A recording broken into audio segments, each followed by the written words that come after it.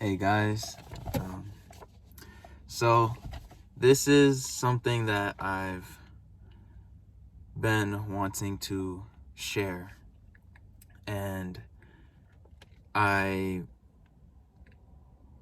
have been holding myself back from sharing it because of my own self. Like, that's why I just said, I've been holding myself back from sharing it.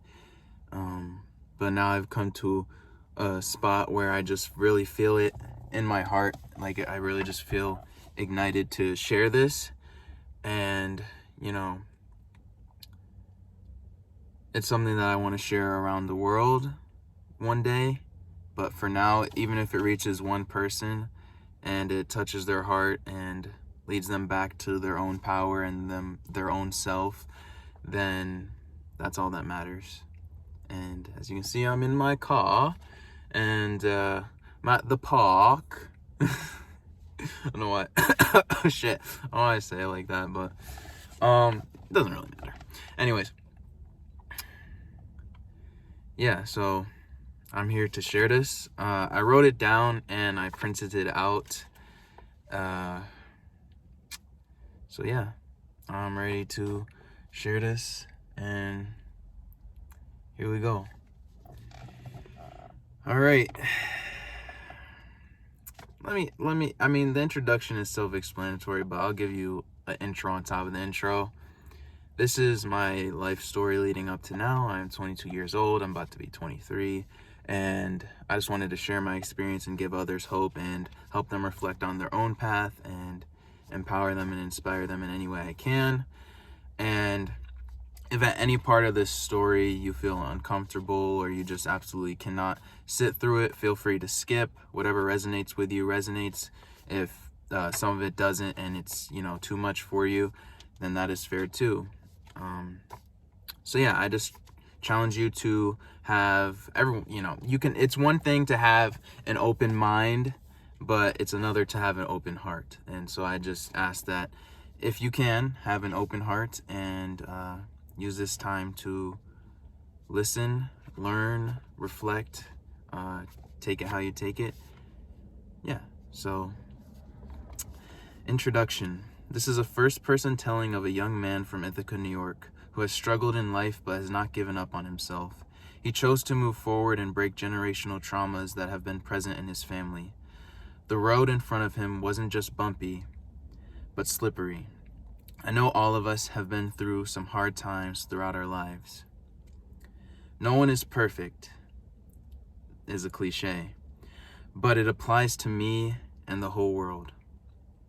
This story includes transparency, honesty, vulnerability, trauma, betrayal, unconditional and conditional love, and lessons. A story doesn't have to be a certain amount of pages or chapters. As long as the heart and soul are poured into the pages, that's all that matters. Huh? Did that just rhyme? Hold up. Okay, that was unintentional. I didn't realize it rhymed. Okay? Oh, yes. Authenticity and essence should not be lost by attempting to reach expectations that others have set. I hope that this story is one day shared with others who need something to relate to, be inspired by, and take lessons from. To make everyone aware, this story does contain themes of suicide, depression, and drug addiction. These themes may be triggering to some. Some may find certain topics controversial, but I have not written this to appease anyone's standards or views. I only speak in truth, integrity, freedom, experience, love, and enlightenment. I am not a professional mental health care provider or doctor. Reader's discretion is advised. Or viewers, I should say. With that, I believe it's a great honor that people are reading this, and I send my love and thanks to anyone who decides to. a.k.a. anyone who reads, anyone who views, because I'm making a video of this. I have not actually shared it in digital or paper format. So this is actually the first way and the first medium that I'm using to share this. Okay, on to chapter 1, Hard Beginnings. I don't remember every single detail from my childhood, but the events that shaped who I am as a person still live deep within the depths of my soul. Those I can share. I was born into a mixed family of black Africans, my dad's side, and white English/Americans, my mom's side. When I was around the age of 4 or so, my mother attempted to take her life. Before this event took place, my mother's sister, my aunt, had taken her life successfully. I can't remember if I was too young or not born yet when my aunt's passing took place, but hearing of it later in life broke a piece of my heart for my mother. Before my mother attempted suicide, she had been going through a lot of personal hardships. She did not live in the best family environment growing up and was abused by many evildoers. My grandmother had been an emotionally neglectful parental figure because of her treacherous drinking issue. Given her upbringing, my mother has done her best as a human being to raise many children. I love her dearly, regardless of how our relationship has been shaped. However, this is my story, and I have to tell it concerning my feelings and experiences. My mom and dad divorced around when I was 4 or 5. Before then, a lot of turmoil occurred within the family between my mom's side and my dad's side. My mom was in the hospital while my older half-brother and older sister were living with my dad as well. My dad revealed to me that he and my half-brother did not get along well, and that my half-brother even tried hurting me at times for some odd reason. I hardly remember it from being so young. It makes sense though. I was the youngest child of the family, and I know there has been resentment because of how my siblings have treated me throughout the years to this point. Eventually, my older sister and I would bounce back and forth between our parents' houses. It felt like we were ping pong balls being hit back and forth in a game. Sometimes I would cry not to go to my dad's house, but I still had to go. Not sure why it was that way, but overall, my dad was a decent provider. He provided food and shelter. He played games with my sister and I when he had time after work. We had great holidays as well. However, one of the biggest things missing was emotional support. I wasn't having my emotional needs met by my dad, and now that I think about it, that's probably why I cried when not wanting to go to his house. My mom did provide some emotional support for me, but she wasn't always there mentally. She's dealt with a lot of mental disorders from her upbringing and after the suicide attempt. Sometimes I would feel abandoned by my mom because she wouldn't always seem to be there in some moments. Talking more about my siblings, I didn't feel connected to my brother. My oldest sister and older brother are my half-siblings. But that's not the reason for the disconnect. Family is more than blood and genetic flesh relations. Anyway, I never really got to spend much time with my brother other than family gatherings. He was always off doing something, and eventually things became worse. My oldest sister, Jay, always had my best interest in mind when it came to being there as much as she could for me. Although we haven't spent much time together throughout these years other than visits, she is a busy person, but I respect that. She has always encouraged me to go after my dreams and not to give up. My other older sister, Ree, is someone I grew up next to the most. We didn't get along most of the time, but hey, that's typical siblings, right? Maybe, but it shouldn't be that way, and it doesn't have to be. I have witnessed siblings who have disagreements, but do not physically or verbally destroy each other. It is possible. It's like some sort of love is there between us, but do they generally see the real me? I've always had a shadow hovering over me that calls itself resentment. Being the youngest child comes with certain advantages. For example, parents hopefully have grown as individuals from raising the other siblings throughout the years and are more stable. I was given a lot when I was younger. The problem was that I also happened to be a decently behaved kid, but most certainly wasn't perfect and had my moments. I learned and have grown just as anyone else should. I had the pressure of having to be perfect all the time. It was a lurking monster in my mind. It eventually would hit me the hardest in high school. That is the end of chapter 1, and at the end of each chapter, I put lessons that I've learned from it and what I'd like to share with anyone else who sees this. Lesson: parents are human beings. They are like anyone else. They have had their fair share of hardships and their parental upbringing. Family isn't defined by what blood relatives you are born to, but by those who see your soul and appreciate all that it is. You never have to be perfect or do every single thing right just to be validated and approved by those you love. You do not have to prove yourself to anyone who loves you at your core. You are valid enough in yourself, and all you need is your approval. Be wise and thoughtful in your decision making, but do not get so caught up in your mind to the point that you fear failure and rejection. These things will only make you stronger and give you a better sense of what you are capable of. That was chapter 1.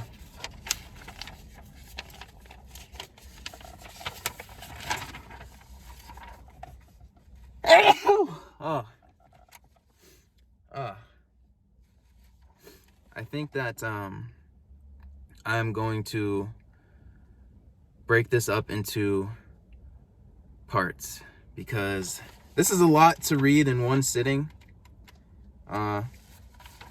So I'm going to break this up into parts. So that was chapter 1, and I'll be back for chapter 2. I really might just do this all in the same day, but I'm not sure.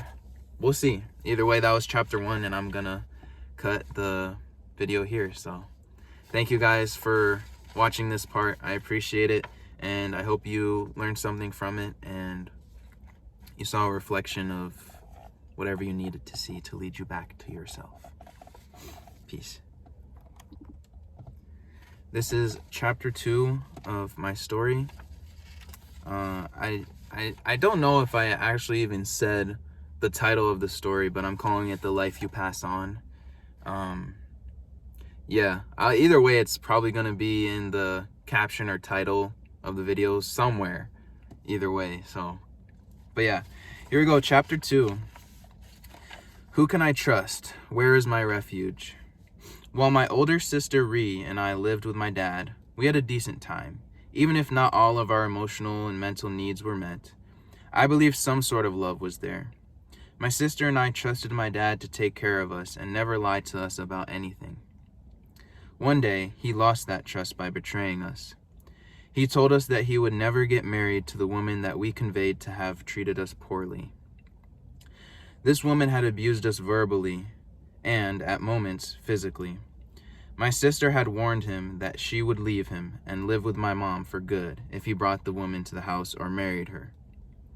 Knowing this, my dad promised us that he wouldn't marry her and that he wanted us to stay with him.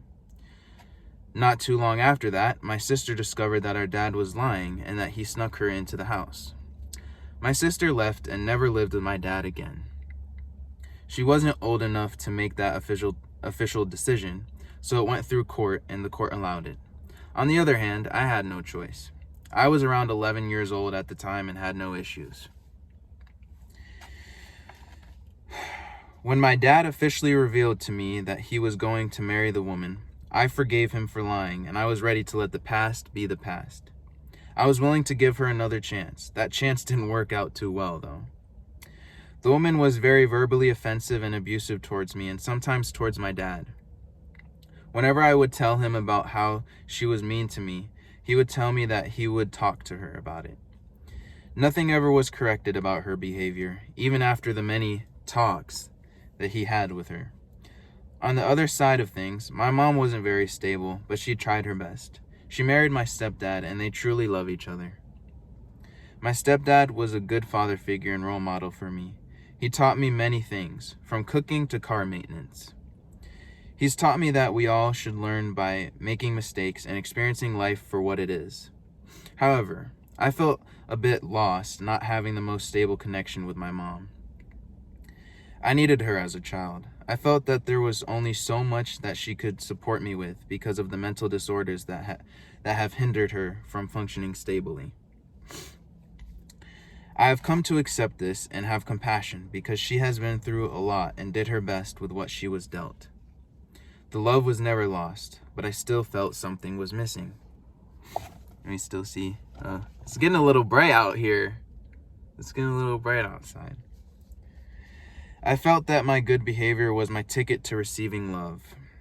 I was so afraid to make mistakes. I always got my chores and responsibilities done and had a sense of perfectionism.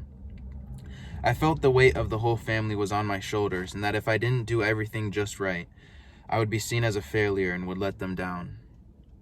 I felt that there would be no unconditional love. It felt conditional to me. If I could just be perfect in every way, I would be loved and admired and appreciated for who I am. I carried that with me to school, to sports practices, and then back home. I had a chip on my shoulder. I had to be good at something. I had to belong somewhere. I had to be somebody. I had to have appreciation surrounding me. I had to be the best.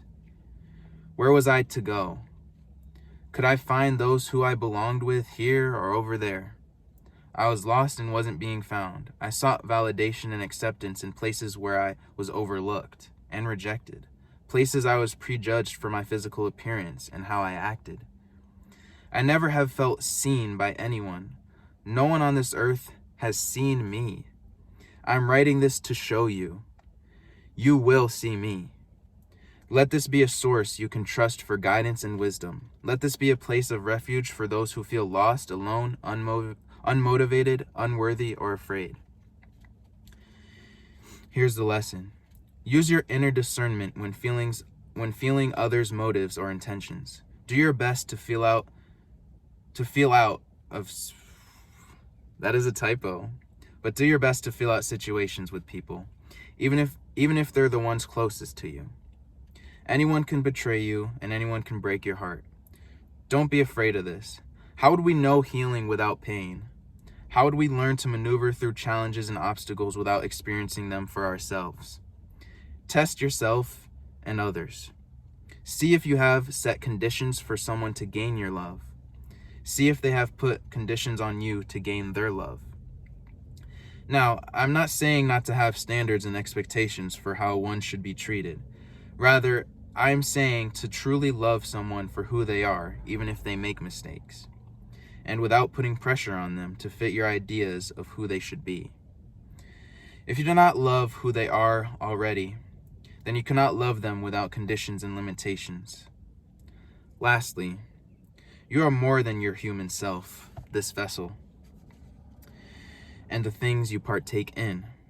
Your value does not lie within outer circumstances or other people or outer activities that you indulge in. Your value lies within you. Everything that you are lies within your heart and your soul. Your spirit is the most important thing that you have. If you do not go within, you will be lost in the without. Know who you are. Only allow those who see you and love you for who you are to be involved in your daily life. And that would be the end of chapter 2. Thank you guys for watching that.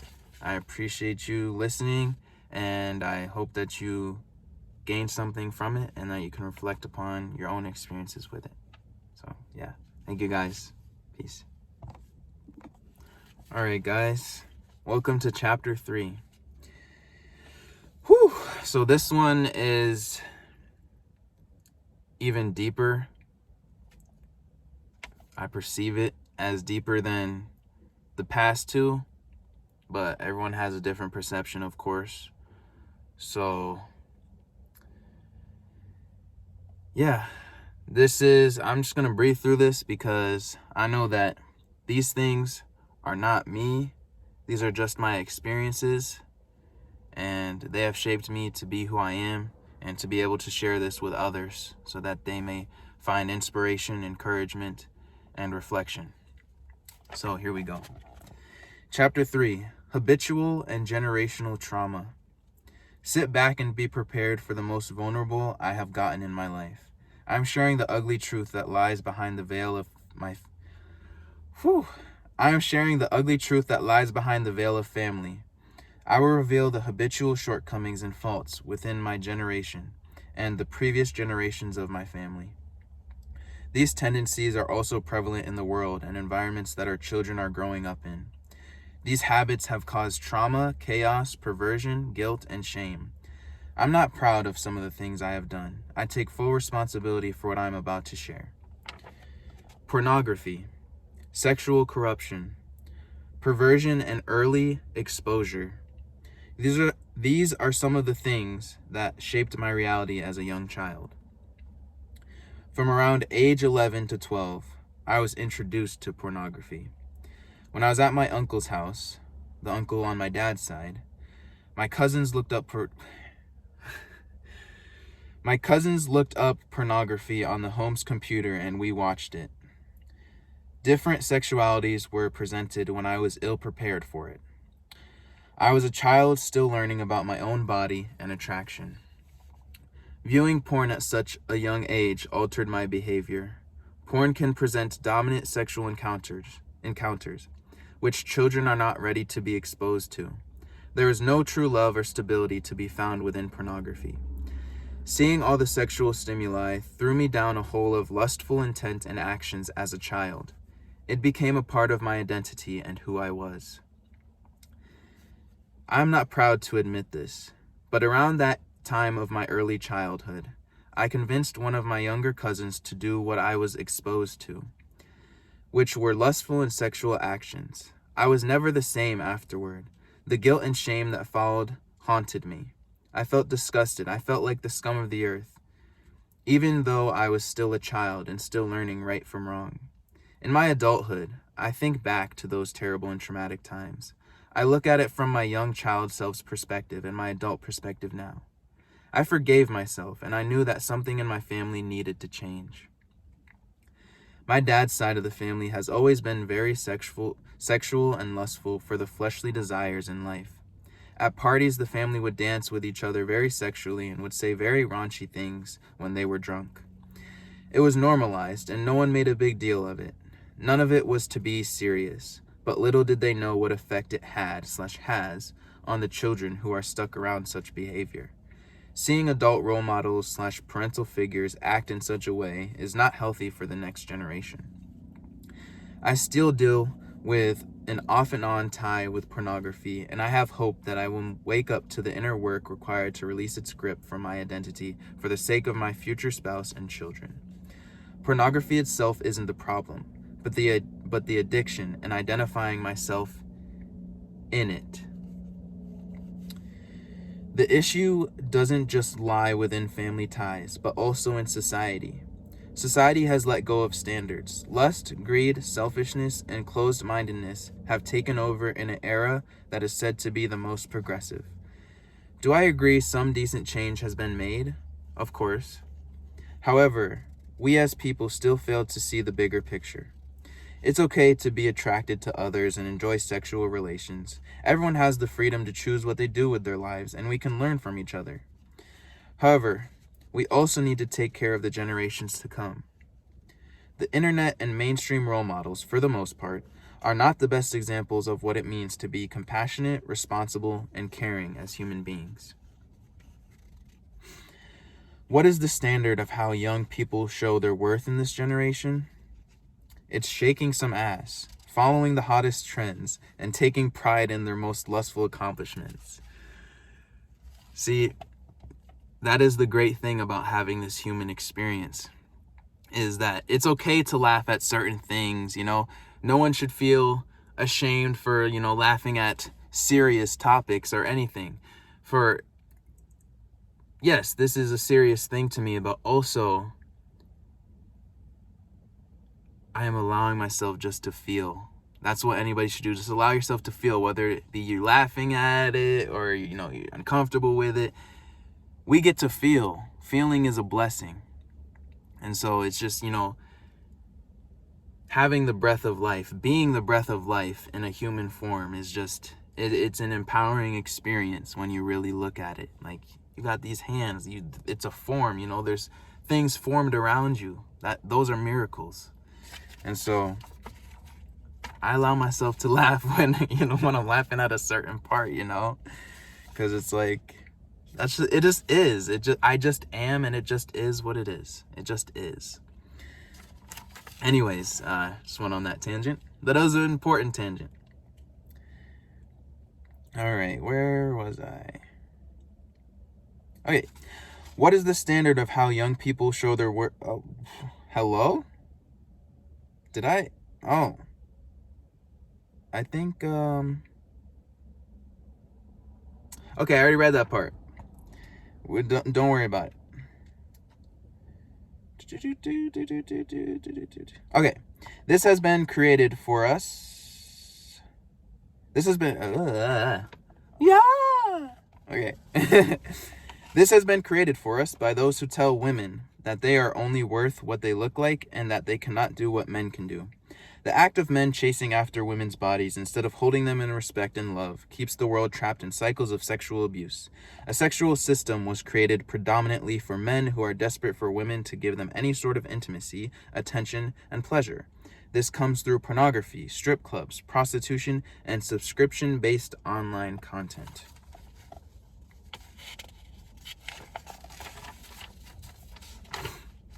Knowing this, we need to influence and inspire young men and women in a way that speaks to their inner abilities, gifts, and talents. Their purpose must be found within themselves for the sake of the goodness of all humanity and their own learning experiences. If their gifts and talents aren't encouraged healthily, then they can potentially fall into the norms of being predatory males and powerless females. When will we honor, respect, and truly love each other on a mainstream level? There are many purposes that men and women both have. No woman should be shamed or hated for taking part in systematic sexual endeavors. Instead, we need to inspire and encourage women, showing them that their bodies are more than eye candy to be showcased to the world for pleasure, and their souls are more precious than the easy money these types of jobs come with. Men should also be empowered in a way that shows them that they can express themselves freely without judgment from other men who are stuck in a bravado or persona of what society has told a man to be. If we keep shaming and hating men or women for falling to and participating in these corrupt systems, then we are part of the issue. Now, the lesson. Regardless of what family trauma that you have been exposed to over your life, it does not mean you have to stay in those traumas. You are not your generational traumas, and you are the new hope that has been born into the world that can redefine your bloodline as well as the world overall. The foundations of these wicked systems were created ages ago. They will only become worse if humanity doesn't stand up for what brings the most stability amongst us. The future can either fall even further from grace, or it can embrace a powerful change for the best of everyone. Take a conscious note of the generations to come after you. This is our chance to make change and forge a new path for humanity. We can create higher vibrations for the world and navigate this human life with empathy, unconditional love, courage, innovation, and uniqueness. Everyone needs to take responsibility for themselves and their own actions. These new generations and the ones yet to come don't have to follow in the footsteps of the world system or family traumas that have been created and thrown on us. Or on them. Let us be the change. Let us be made new. Let us not be afraid to step up and not conform to the stereotypes just because we are scared to be our authentic self, standing out from what is expected of us. You don't have to be what the world expects you to be. You don't have to fit in with the outdated world system. Make a new way that doesn't just benefit yourself or your lustful desires, but one that benefits all of humanity and helps bring positivity and light within yourself. Which, I will correct this. You already are the positivity. You already are the light. There is nothing outside of you that is the positivity or the light because you are it. We are in the illusion of separation, being separate from one another.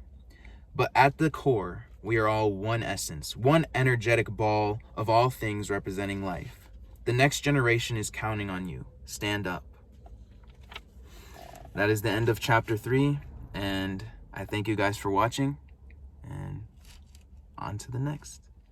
Peace. Hey guys, welcome to chapter 4.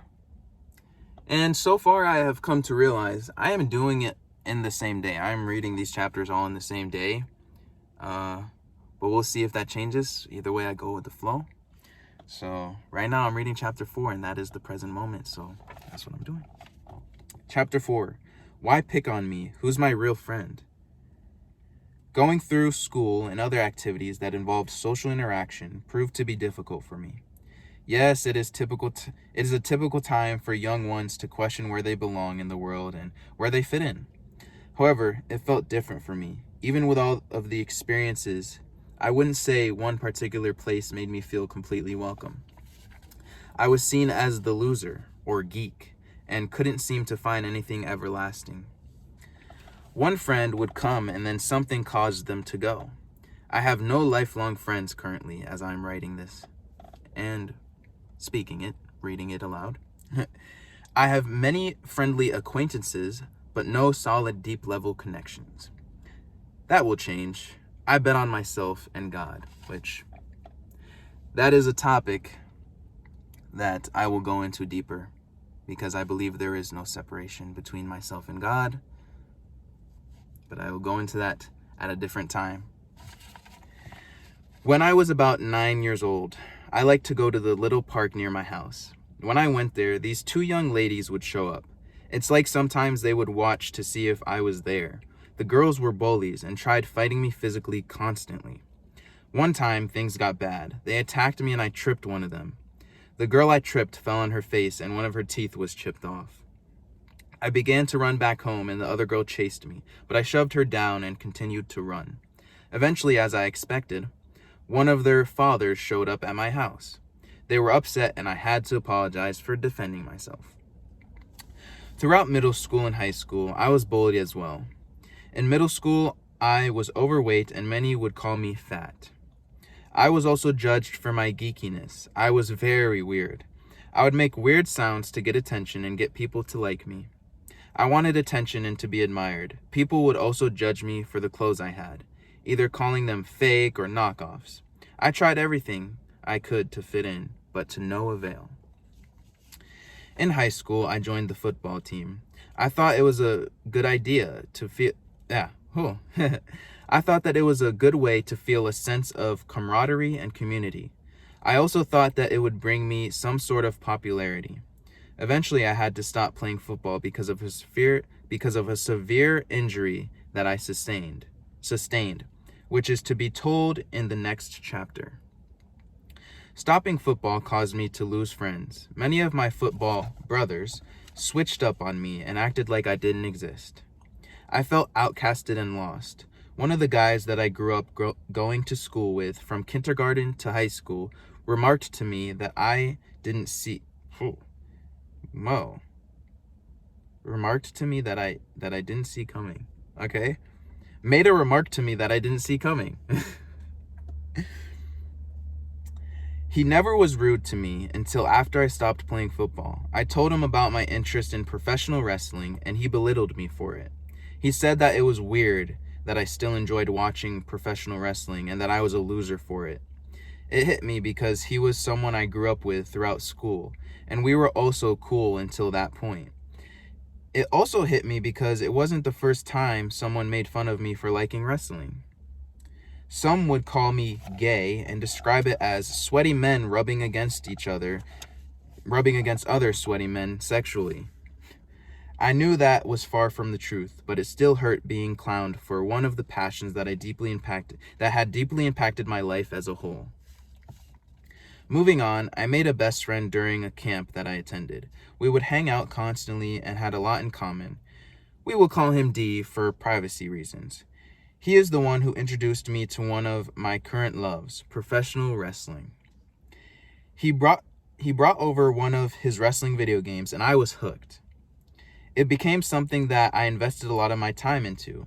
It has inspired me to fight for myself and not to give up on myself. It's been very empowering for me. The stories of resilience, forgiveness, and harsh truths of life encouraged me to keep pushing through my hardships. Pro wrestling is one of the grand details that has impacted my life significantly. However, I am talking about friendships, so I will continue. Dee and I were best friends from early middle school to high school.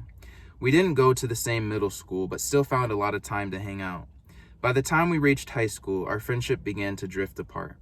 He grew out of the interest of He grew out of an interest for professional wrestling, but I still wanted him around because he was my best friend and I loved him.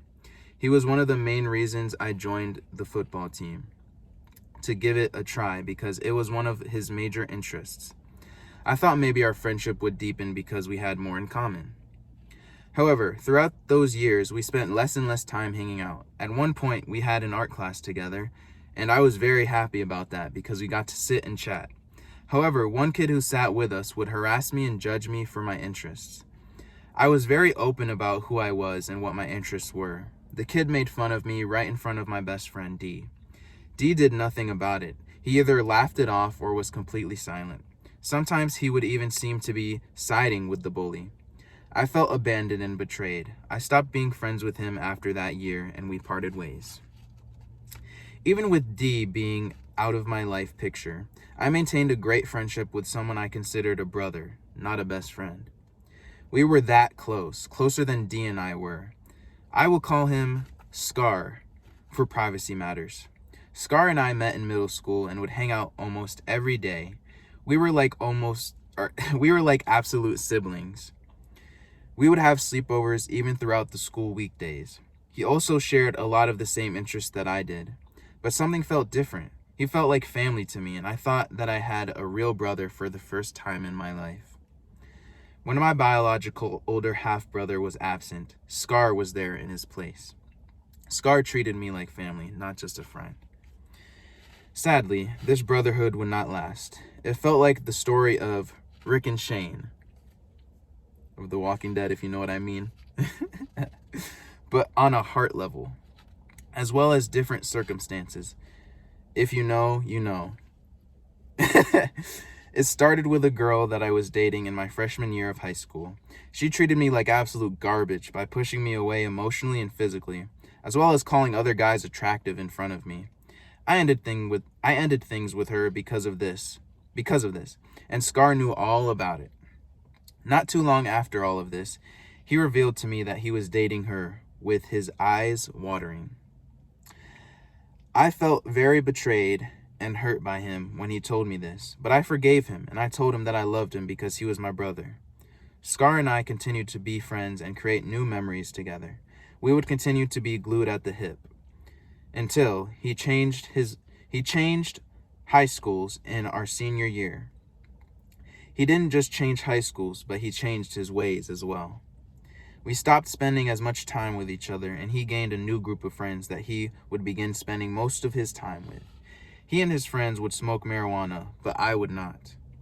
He began being heavily involved in buying and selling marijuana, so his motives changed.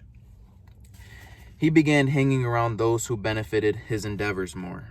I just didn't vibe with marijuana or how he was acting.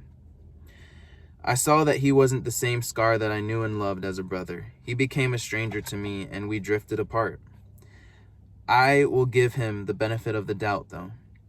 He had been through a lot in his life with his own family, and I knew that. I tried holding on to our brotherhood, but it slowly slipped away by the time I went off to college. I was severely hurt that our brotherly connection died, and I no longer had someone that was that close to me. However, I still managed to survive the turmoil. Moving on to college, I never made another best friend or good friend. For that matter, I'm currently in college as I'm writing this.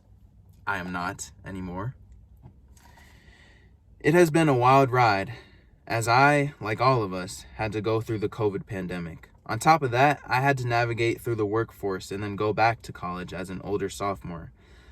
I am unsure if I will even be going back, but time will tell, which time has told. I have not gone back. It hasn't been easy, but I don't ask for things to be easy. Man, whew, that was a lot, huh? Anyways, lesson. Accept that you cannot control who exits your life, but you can control the type of people that you allow to enter into it. However, sometimes that is not the case. And what I would say is just let go of control. You're really not going to control anything. You know, all the power is within you to decide what you want in your life, but trying to control every single little thing and every detail and aspect will just burn you out. Anyways, some people come into our lives unwelcomed, so we must learn to adapt and stand firm during those moments. When someone chooses to bully or harass you, just remember that something in them is missing. They see something in you that they do not have. They want you to feel ashamed of what you have so that you conform to what they are comfortable with and used to having in their own lives. Let those bullies challenge you, because it goes to show that you have something very valuable inside of you that they don't want the world to share in. They want to put out your light with their darkness so that you may become as they are, but do not fold. Stand your ground. If you have to and can, walk away. Know your worth and never give up on yourself. Friends come and go. They teach us valuable things. They show us a taste of what real friendship is like, what true familial love is like, and what we deserve. If we didn't go through difficult friendships or the endings of them, then how would we understand what we deserve to have next in life? Those friendships were like steps that you are climbing up until you reach the top. The top holds the friends that you truly deserve. Your true soul friends and soul family will find you. They will vibe with you at the top, but also help you back up when you fall to the bottom. Just because you share similar hobbies and interests with others doesn't mean that you would make the best of friends with them. If there is no solid foundation built below your friendships, then they will fall. Build friendships upon mutual morals, respect, unconditional love, and healthy boundaries. These items are the ingredients for the cake, and the similar taste you share with your friends when it comes to hobbies or interests are the sprinkles on top. That was chapter 4. So yeah, thank you guys for watching. I don't know, I keep on saying thank you guys for watching, because I'm thinking that I'm gonna split this into parts and post them individually, but I may just end up putting them together.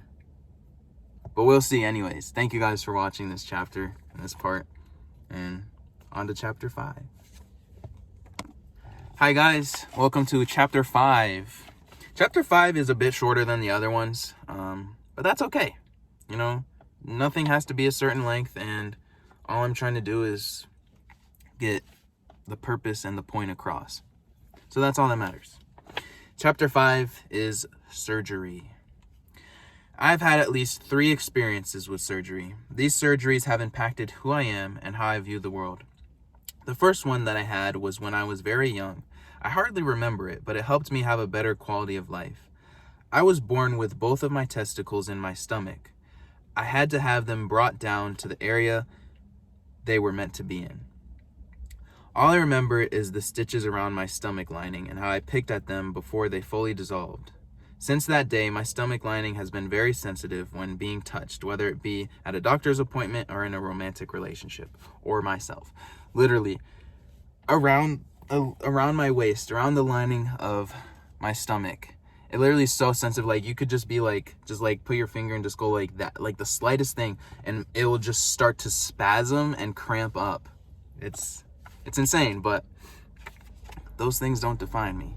But, you know, just interesting, if anything, you know. Anyways, going off on a tangent. I do that sometimes, and that's okay too. All right. Another instance is when I was goofing. Oh, this one. Oh my gosh. See, now I just laugh at this one. You know, going through it, of course, it didn't feel the best. I didn't have the tools that I have now to really, you know, feel through it and accept it. At that time, oh my gosh, I was just, you know, I was in survival mode. I didn't know how to handle it. I was just a kid, but here we go. Anyways, another instance is when I was goofing around in the 8th grade and ran into the edge of a table at full speed, tearing open my bladder internally. I was unaware of the true gravity of the injury at the time, but my foolishness came back to bite me. In 9th grade, I had to receive surgery for the scar tissue in my bladder that had caused blood to come out while I would urinate. I remember being so terrified. I was afraid that I was dying the first time that I noticed blood coming through my urine. The surgery required a lot of mental strength mentally.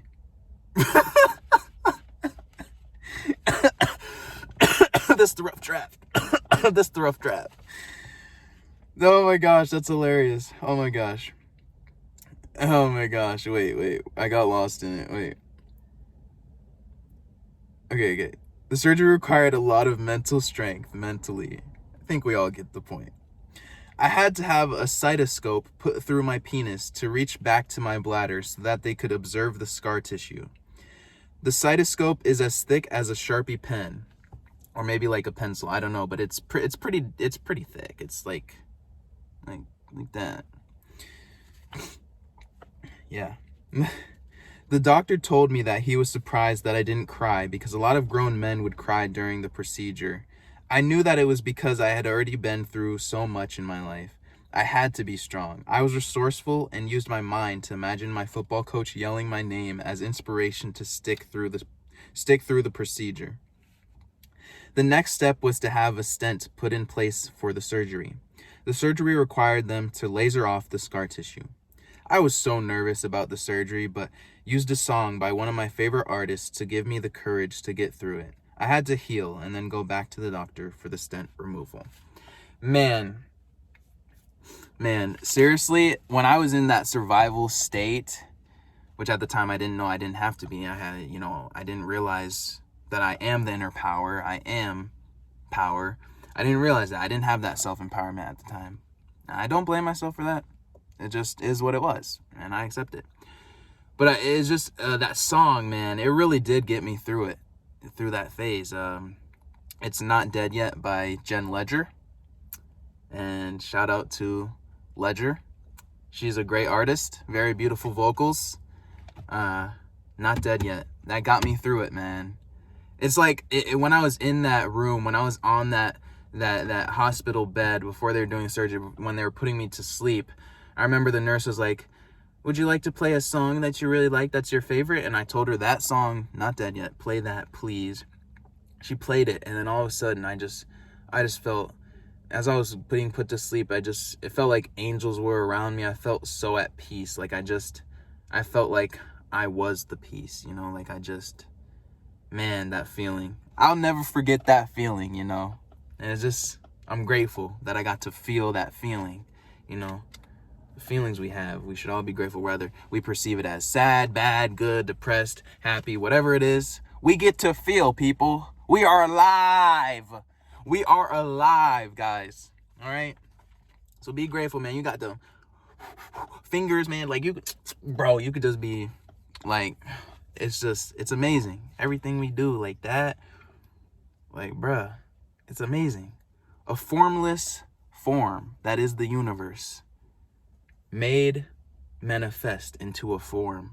How impressive is that? Come on, guys. We are the miracle. This whole thing is the miracle. So it's like, man, come on. Be grateful, man. Anyways, hopefully, I have to find where I was again.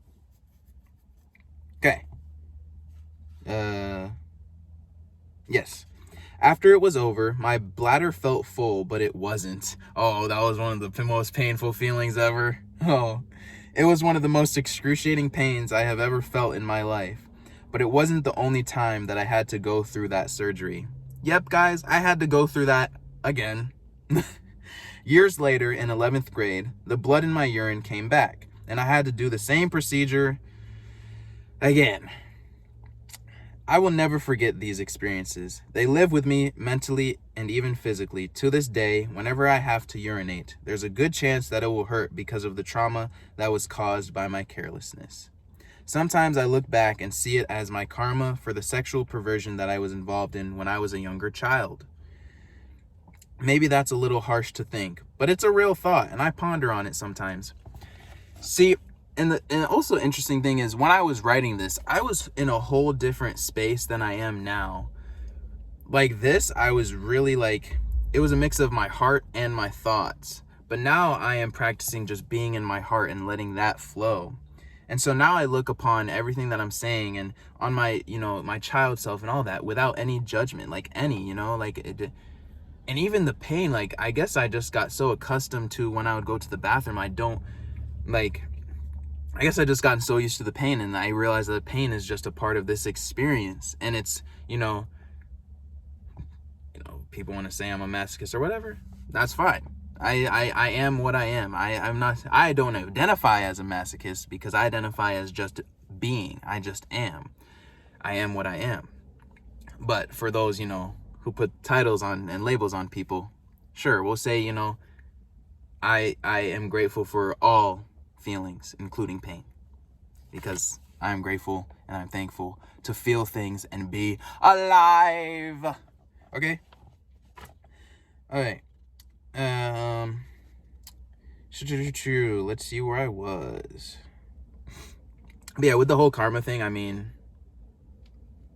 it is what it is. Whether you want to call it karma or whatever, it's all a part of the experience. It all was lessons to be reflected to me so that I could learn and grow.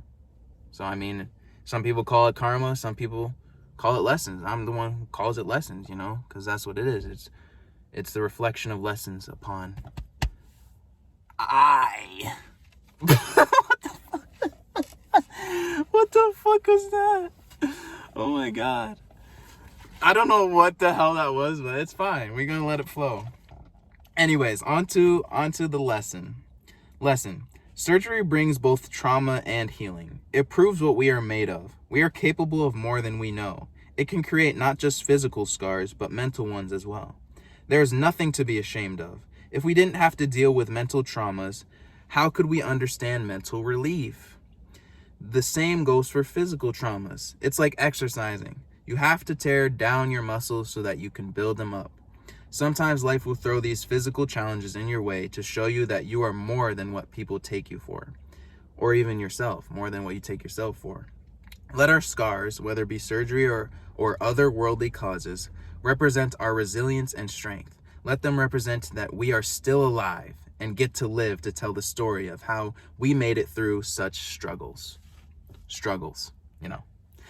See, that's a whole nother tangent. See, I just personally have stopped seeing things as struggles and just them as being things that are just a natural flow of life, But the human mind will perceive it as struggle. But for me, my heart is just grateful to feel things, whether it be the struggle, whether it be the relief, all these things, man. We get to feel them, experience them, and learn. That's what it's about. We just here to learn and experience. That's it. Nothing else. Your purpose is to learn and experience. Whether you do this or that, it's to learn and experience. You already are enough. You're already learning and experiencing. So don't be hard on yourself, okay? But yeah, that is the end of the short chapter 5. So yeah, thank you guys. I went on a lot of tangents, but obviously that's the flow. That's what had to come out at the time. That's what was just necessary. I mean, that just is what it is, right? So yeah, I will be going on to chapter 6 next, but thank you guys for watching chapter 5. Peace.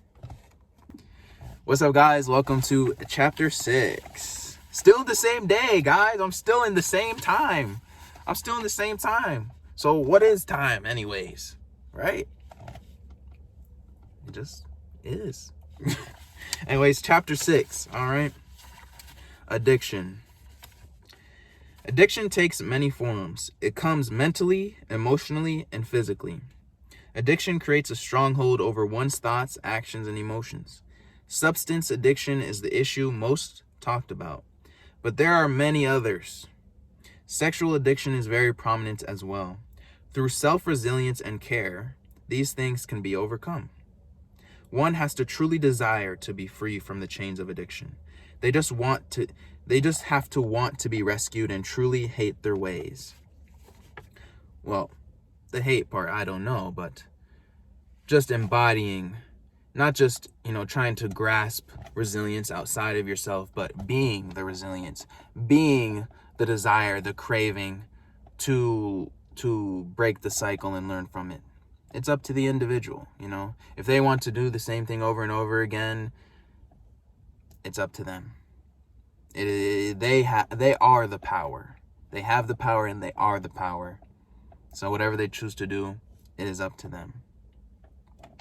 And there should be no judgment cast upon them because they are just a reflection of you. They're a reflection of me. I'm a reflection of you. You are a reflection of me. And so we're all teaching each other something.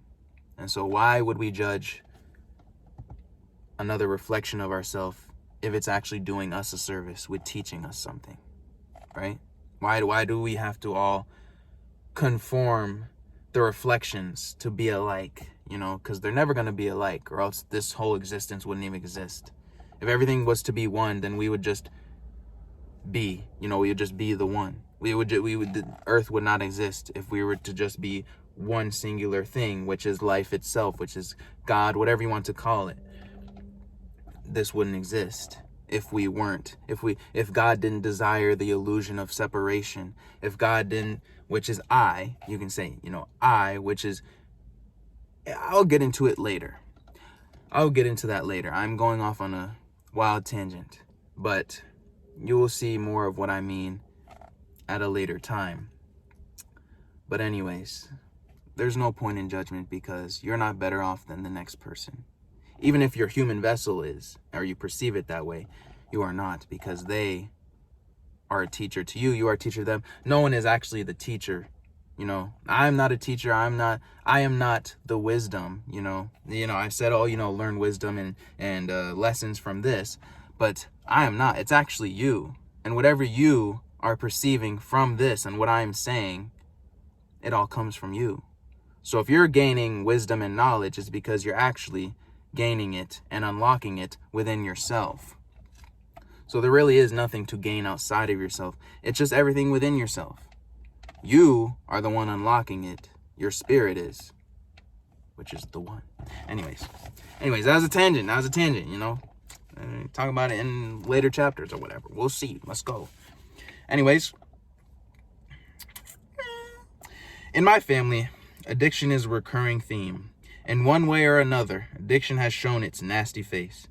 My mother has had issues with substances when it comes to this matter. She has used various methods to try to combat her pain and trauma. It's been a struggle for her to overcome the vices that squeeze her down.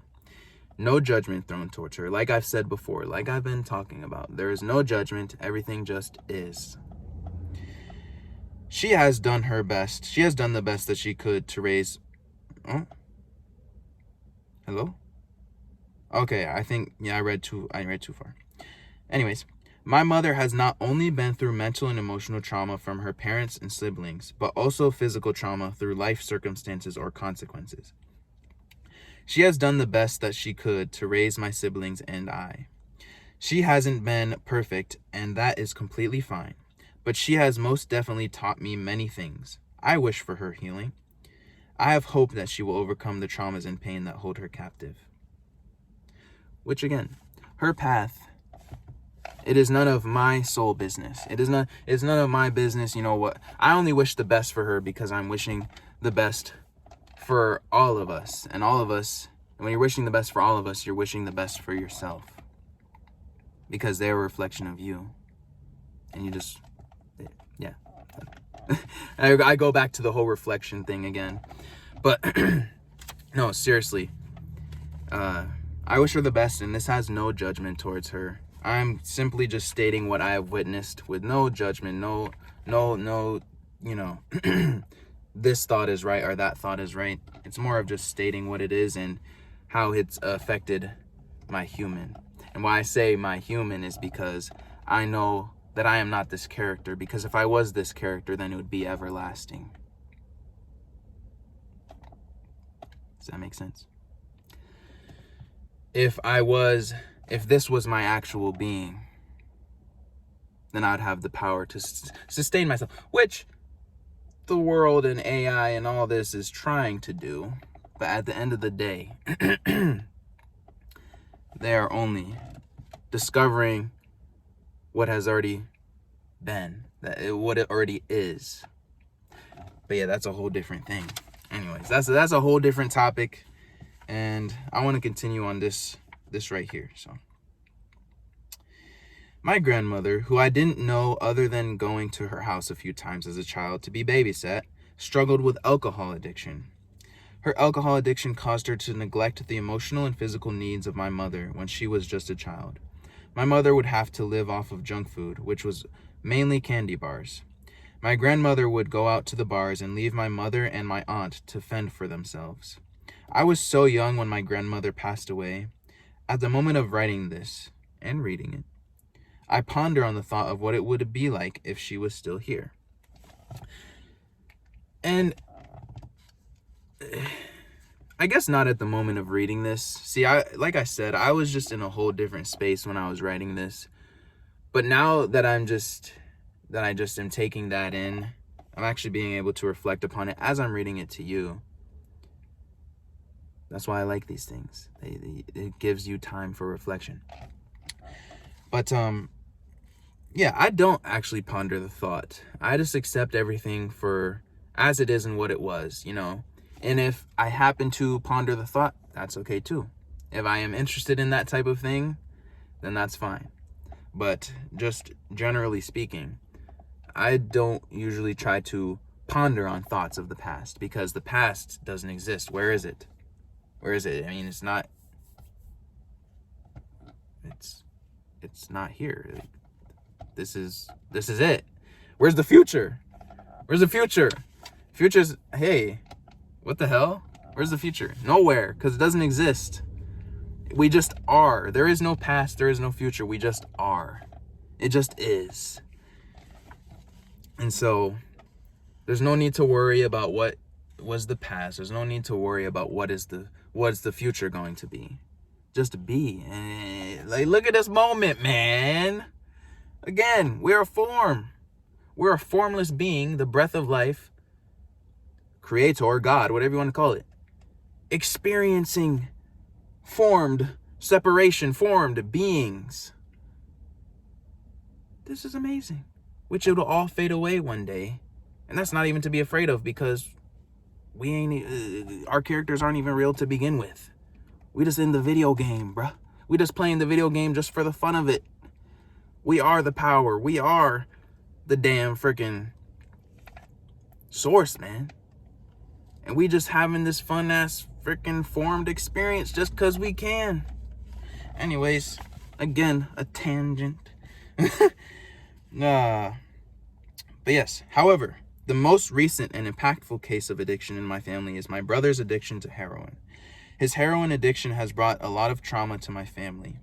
I remember when he would play his guitar, and he even at one point built me a wrestling ring made out of building bricks, a.k.a. Legos. But I put it on here because, you know, the whole, like, copyright thing. I don't know, guys. That's just how it is. That's fine. He knew I wanted to build one myself, so he ended up doing it. I didn't know him on a mental and emotional level, or even a heart level, which is very, very important. Heart level is the most important. I only knew the surface of who he was and what he was going through. When he got sick with his addiction, the majority of my parents' focus went on him. I understood that he needed their attention predominantly. I knew just having my parents put certain activities or plans... Whoa, I read that wrong. I think just having my parents put certain activities or plans on pause affected me quite a bit. At one point, he moved back in with us to have more care and attention for his situation. It meant that I was left without a room. As a child at my mom's house, a corner with the majority of my belongings, minus clothing, was built where I would spend the majority of my time. I was put in this situation, if you want to call it a situation, in one of the houses that we had moved into. At first, I had my room, but eventually my brother took it over because he had moved in and needed the space. I was pretty relaxed with the situation. I was grateful to have all the wonderful toys, gadgets, and imaginative ideas running through my mind. However, when we moved to another one of the many houses that we've lived in, my brother had moved to Philadelphia. He lived with my sister, my oldest sister, for some time before getting his own place. He had been getting treatments from a local clinic over time. He would call my oldest sister, Jay, a lot to ask for money and did the same with my mom. Whoa, it's getting bright outside. My mom had always told me that when he called, she was grateful just knowing that he was still alive, as she did not have a clue as to what he was up to. Throughout the time of my brother's addiction, he would go to the clinic off and on. He eventually started doing good for himself. He got a job and went from being skinny to thick. Then things became worse, and he started losing his teeth, among other hygiene concerns. Or hygiene concerns? I don't know. He eventually became homeless and was lost somewhere on the streets of Philadelphia. As I write this, I have no clue as to where he is or what he is doing. Last I heard, he found a shelter to stay in. My heart hurts for him, and it hurts like hell. I am saddened at what this addiction has done to my brother.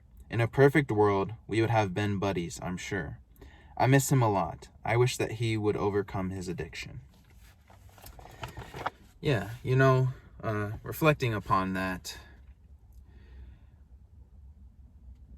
I am grateful for my brother because he has, reflected upon me the things that I want to stay away from, and also how to love someone unconditionally, because when you're loving someone unconditionally, you're also loving yourself, because they are you.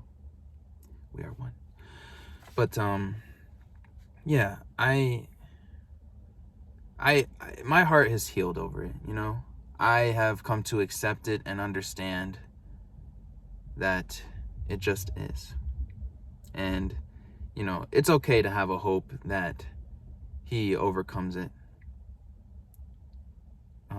But I'm not clinging to it with my heart, because it will just weigh me down, and it will not allow me to continue to have an open heart for life and just for experiencing every single thing: hurt, pain, happiness, joy, all of those things. I want to experience it all. I want to feel it all, which I am. But yeah, I have been blessed to not be addicted to substances, but as I have mentioned before, I deal with a lustful tie to pornography, which is one of the biggest mentally addictive substances to be ingested. I will overcome my destructive habitual ways because I am building a strong internal structure. I have the power to do so. I will eventually find a genuine way of working through those unhelpful habits of my identity and inner being. Now, on the physical substances side of things, I can confidently say that I will never be addicted to drugs and alcohol. After seeing how it's torn my family apart, I vow to never become addicted or abuse any drugs. Okay, reflecting upon that, I feel like I've had a different, even throughout this whole thing, I've had a different view of, my addiction, I guess you could say, to pornography. I just view it as something that I am experiencing, and if I am to ever, and I don't see it as destructive either. Like, it genuinely has not really, in this present moment, of course, it genuinely has not destroyed my life, obviously, because I'm here, I'm smiling, I just am. And so now I just, in this different space, not even mental, because you'll overthink and you'll burn out if you stay stuck in your mind. So in my heart, I just feel like I've just accepted that if I am to never experience and watch it or indulge in it ever again, then that will be of my own doing, because I am the power, I am the strength, I am the freedom, I am the choice, I am the kingdom. So, I don't know, I'm just not too hard on myself about it anymore. I've come to accept that everything is just experience, It's just an experience. And so, for me, I still feel alive. And that's all that matters to me. I have the smile, even though I still smile. I'm trying to do, why can I not frown? Even if I was frowning, at least I get to feel something. At least I know I'm alive. At least I know I'm in the experience, man. So that's how I see it. So, like I said, different space when writing this. But I'm glad that I was, because now I get to reflect upon it with how I've grown and just how I am. now, in the present now. Anyways, my absolute worst experience with drugs has been with marijuana. True story. Marijuana seems like a harmless drug due to its medicinal purposes and research studies, but it is a silent killer for those who use it. And again, it all comes down to experience. But anyways, however, I am not demonizing or judging those who choose to use it. I am simply stating my opinion based on experience and witnessing what it does to others. It kills brain cells and disconnects people from being able to focus for long periods of time. It influences the mind to choose instant pleasure and gratification over discipline and the highs of life itself. It creates a codependence on something that lies without the human vessel. I mean, not even just the human vessel, but without you, without your heart, without your essence.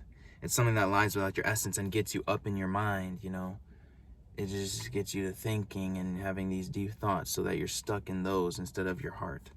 That's how I view it, though. Feel free to disagree. Either way, we're reflections of each other. So I reflect this opinion, this thought, this being onto you. Take it how you take it. Let's see. If habitually used, of course. It encourages validation by outer means over inner means. It makes people feel happy and relaxed in a codependent manner. It is the silent killer because it is a naturally rooted plant, yet it secretly affects one's psyche and behavioral patterns without any inner noise of concern. To be fair, I am not saying that one should not or cannot indulge in marijuana. I am simply saying what I have been conveying this whole time. Relying on outer items or circumstances for one's happiness and identity will never fill one's cup. The void will remain, and the more the habit/addiction continues, the more dependent one becomes, never fulfilling their screaming soul's needs.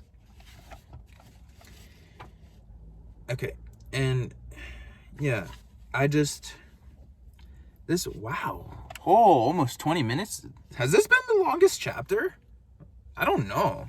Holy moly. But yeah, again, this is just me. This is just what I've experienced and what I've come to learn and reflect upon the world. And I see the world is ever changing. So there's no point in relying on anything, whether it be natural, rooted, whatever. There's no point in relying on that to stimulate yourself, to be happy, to have a high, because it's natural. It's you. You are the high. You are life. So, I mean, just all these things, like, it comes to a point where you don't even need them and you're just kind of just experiencing heaven. You're just naturally high, because you just like the pain, the struggle, why avoid those things? If you keep on avoiding them, they're just going to keep on coming back and they're going to hold power over you because you're avoiding something that you think holds power over you when it doesn't. Why not embrace it and understand, wow, I get to experience this, And it's like you just naturally get that, yeah. Like, see, it's happening now. Okay. Whether you perceive it as being out of one's mind, which I am out of my mind because I'm in my heart, or crazy, whatever you want to put a label on, that is up to you. If you are trapped to labeling everything and not just accepting things for what they are, then that's up to you. For me, it is enough for me. I am enough for me. So, anyways, yeah, after going through all of this, right? Look, man, I just am. Like, going through all this, these circumstances, these situations, whatever you want to call them, let's not put even labels on them. These things, whatever, these experiences, fine.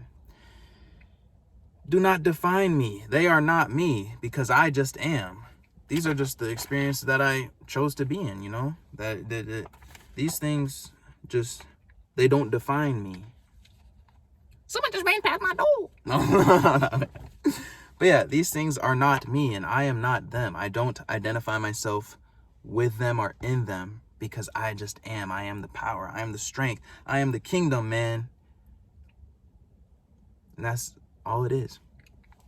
So anyways, that was a long tangent, but that's okay. I tried marijuana when I was 19 years old, and it was a lot of fun at first, but over time it became an issue for me. I became paranoid and had vicious cycles of mental torment. At one point, I felt like I was dying. My body even collapsed to the ground after I had stumbled away from the bathroom. While I was in the bathroom, I looked into the mirror and could not recognize the young man staring back at me. It was like I was seeing a stranger. It was hard to feel my face, and all I could feel was slight tingling. I splashed water over my face again and again to try and relieve the feeling. My eyes were bloodshot, and it was hard to breathe. It felt like my brain was melting or bleeding. No kidding. It literally felt like lava or acid was in my brain. Oh my goodness. I'm getting immersed. I'm immersed. While all that was happening, I had a terrible feeling of being alone and helpless. After that experience, I didn't want to try it again. Yes, and I refused to ever try it again. I tried marijuana again anyway. Come on, guys. Oh, the human experience, isn't it wonderful? I tried marijuana again anyway and had another bad episode. From that point on, I stopped taking it, and I truly vowed to never touch it again in this lifetime. God. Lesson. Use your discernment on the use of drugs. Be methodical in your approach. Understand yourself, your shortcomings, and family issues/history. I learned the hard way that drugs are not for me, but I wouldn't wish for what I have experienced to fall upon another soul. Yet, if I hadn't gone through what I went through, then I wouldn't be the man that I am today. In my opinion, drugs are not worth the instant feelings of bliss in the place of inner joys and non-codependent stimuli. If pharmaceutical or natural drugs are taken with precaution, carefulness, and healthy intent, then there should be more good than harm done. However, if these things are used for reckless and recreational endeavors, beware of the consequences that may or may not take time to show up in your life.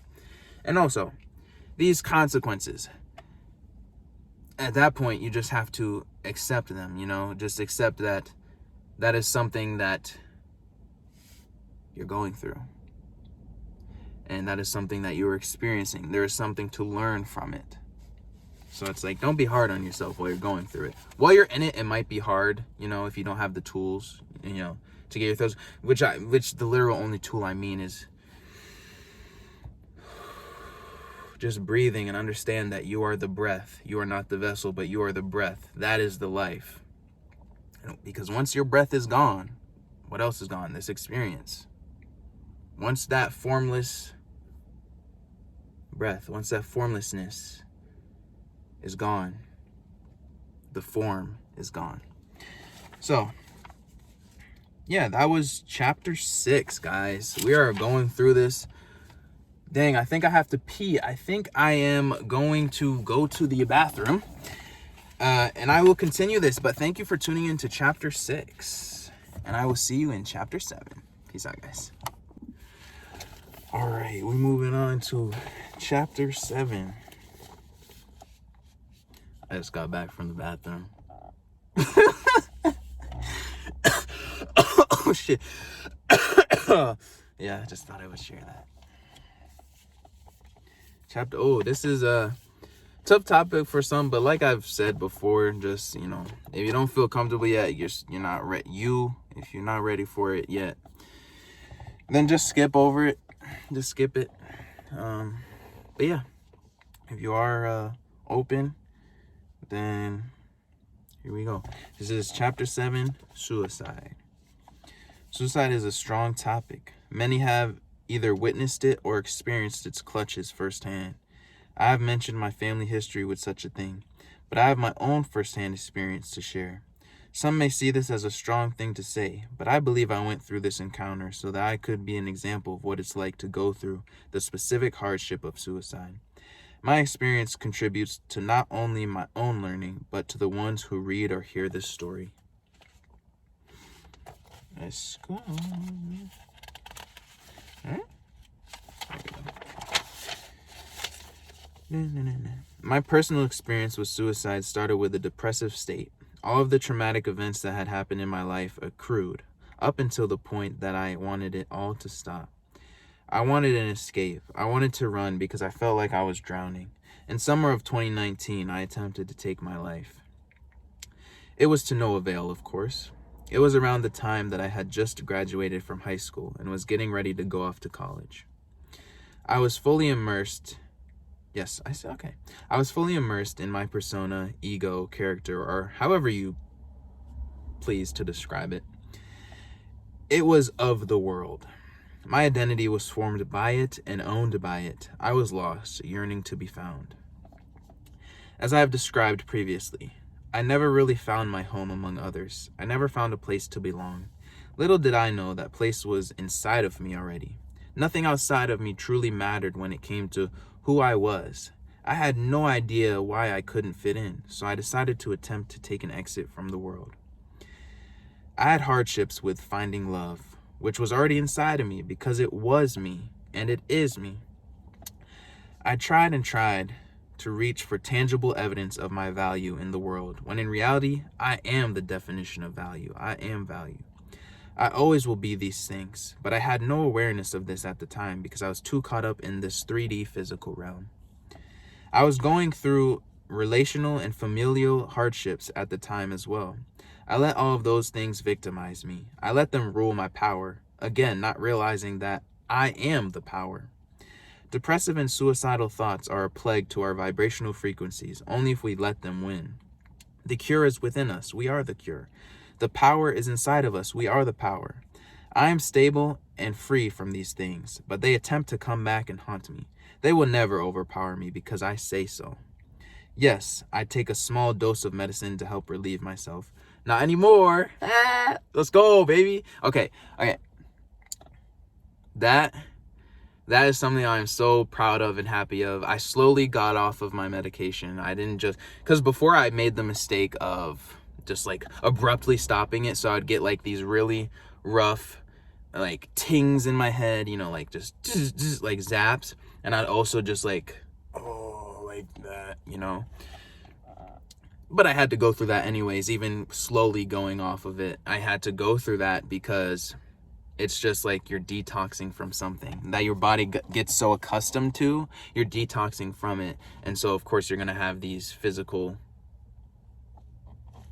things, physical symptoms, whatever you want to call it, outcomes, whatever you want to call it. You know what I'm trying to say. But yes, I did have to go through that, and I stuck through it. Here I am. I realized I am the power. I found the power within, and I am happy. I'm healthy. I take care of myself, and I just love life, you know, regardless, man. So it's possible. It is possible for you, those of you out there that don't think you have any power over it or you can't do anything, bro. Seriously, I'm so serious. You are the power. Trust me. And even if you can't hear it now or even embody it now, you might just do it and surprise yourself in the end. So, where was I?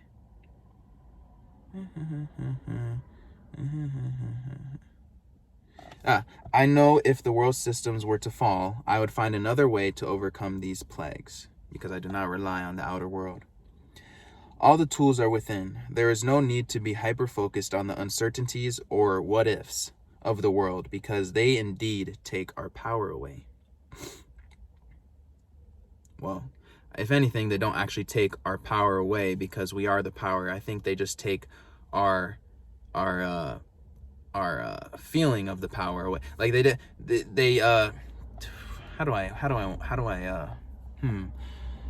it's more of that. They don't take our power away because we always have the power. Because we are the power. It's more of, I guess, they put a veil over it. That is yes. They put a veil over our power so we don't believe that we are it anymore. And so, in a way, I guess you could say we're giving away our power. But uncertainty is bound to be present in the physical realm. But in the realm we cannot see, there is certainty at the core.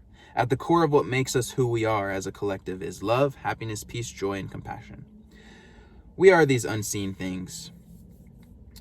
When we stop believing that we are these things, we become dependent on the world and outer circumstances to determine our power. Again, we are the power. Lesson. Suicide and depression are not our identities. We are not these things, and they do not belong to us. They are low vibrational plagues that come to try to overpower us, but they also serve us with a lesson, of course. You are the power. I am the power. We are the power.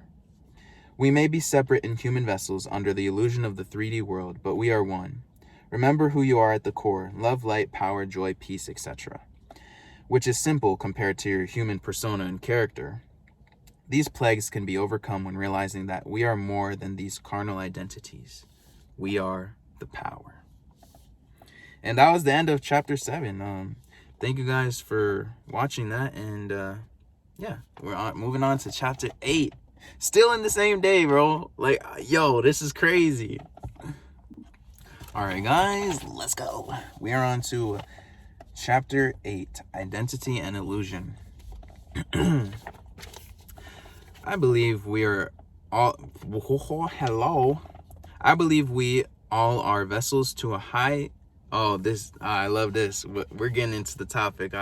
I'm really liking, I really liking this. I believe all, it's okay.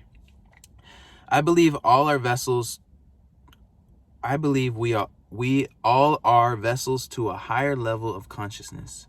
A ball of energy that never dies as our physical bodies do. We all contribute to this collective consciousness. That is why perspectives exist. Humans are separate in carnality. In human character, we all have different bodies, personalities, and minds. Let's say one person is being perceived by 5 other people in one room. Oh, I love this one. Because I've actually said this in a video on my YouTube page. I gave this example of the 5 perceptions of the one. Oh man, I love this. Let's go. Okay, let's say one person is being perceived by 5 other people in one room. Those 5 people who are perceiving the one person will come to different conclusions based on physical characteristics. The only time people share similar takes on who the one person they perceive is at their core is when they have that one person's attributes in their own human character. One individual could think that person is kind and caring. Another may think that they are careless and indifferent. And another may think they are rude and arrogant. It is all a matter of human perspective and the illusion of the mind. Okay. Well, I do want to reflect on that. So it's pretty much saying, what I'm trying to say is, we all create our perceptions because we all believe we're separate. We see we're formless. We're a formless being and informed beings. So we're under the illusion of separation. So of course we're going to create perspectives because we're not in each other in this 3D world. We are separate under the illusion of separation in this 3D world. So of course we're going to have individual minds, everything that's physical, the brain, the body, emotion, whatever correlates to the physical form. Of course it's all going to be different from each other. We're not all going to be the same. We're all going to have different characters and identities and all of that. And so of course it's almost like judging another person is pointless because your judgment isn't final.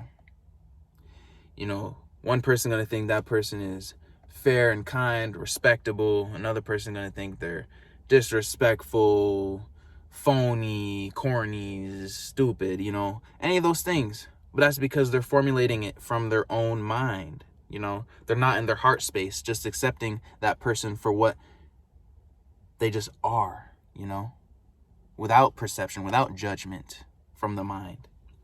And so, of course, we're never going to be perceived the same by every single person. It just ain't going to happen.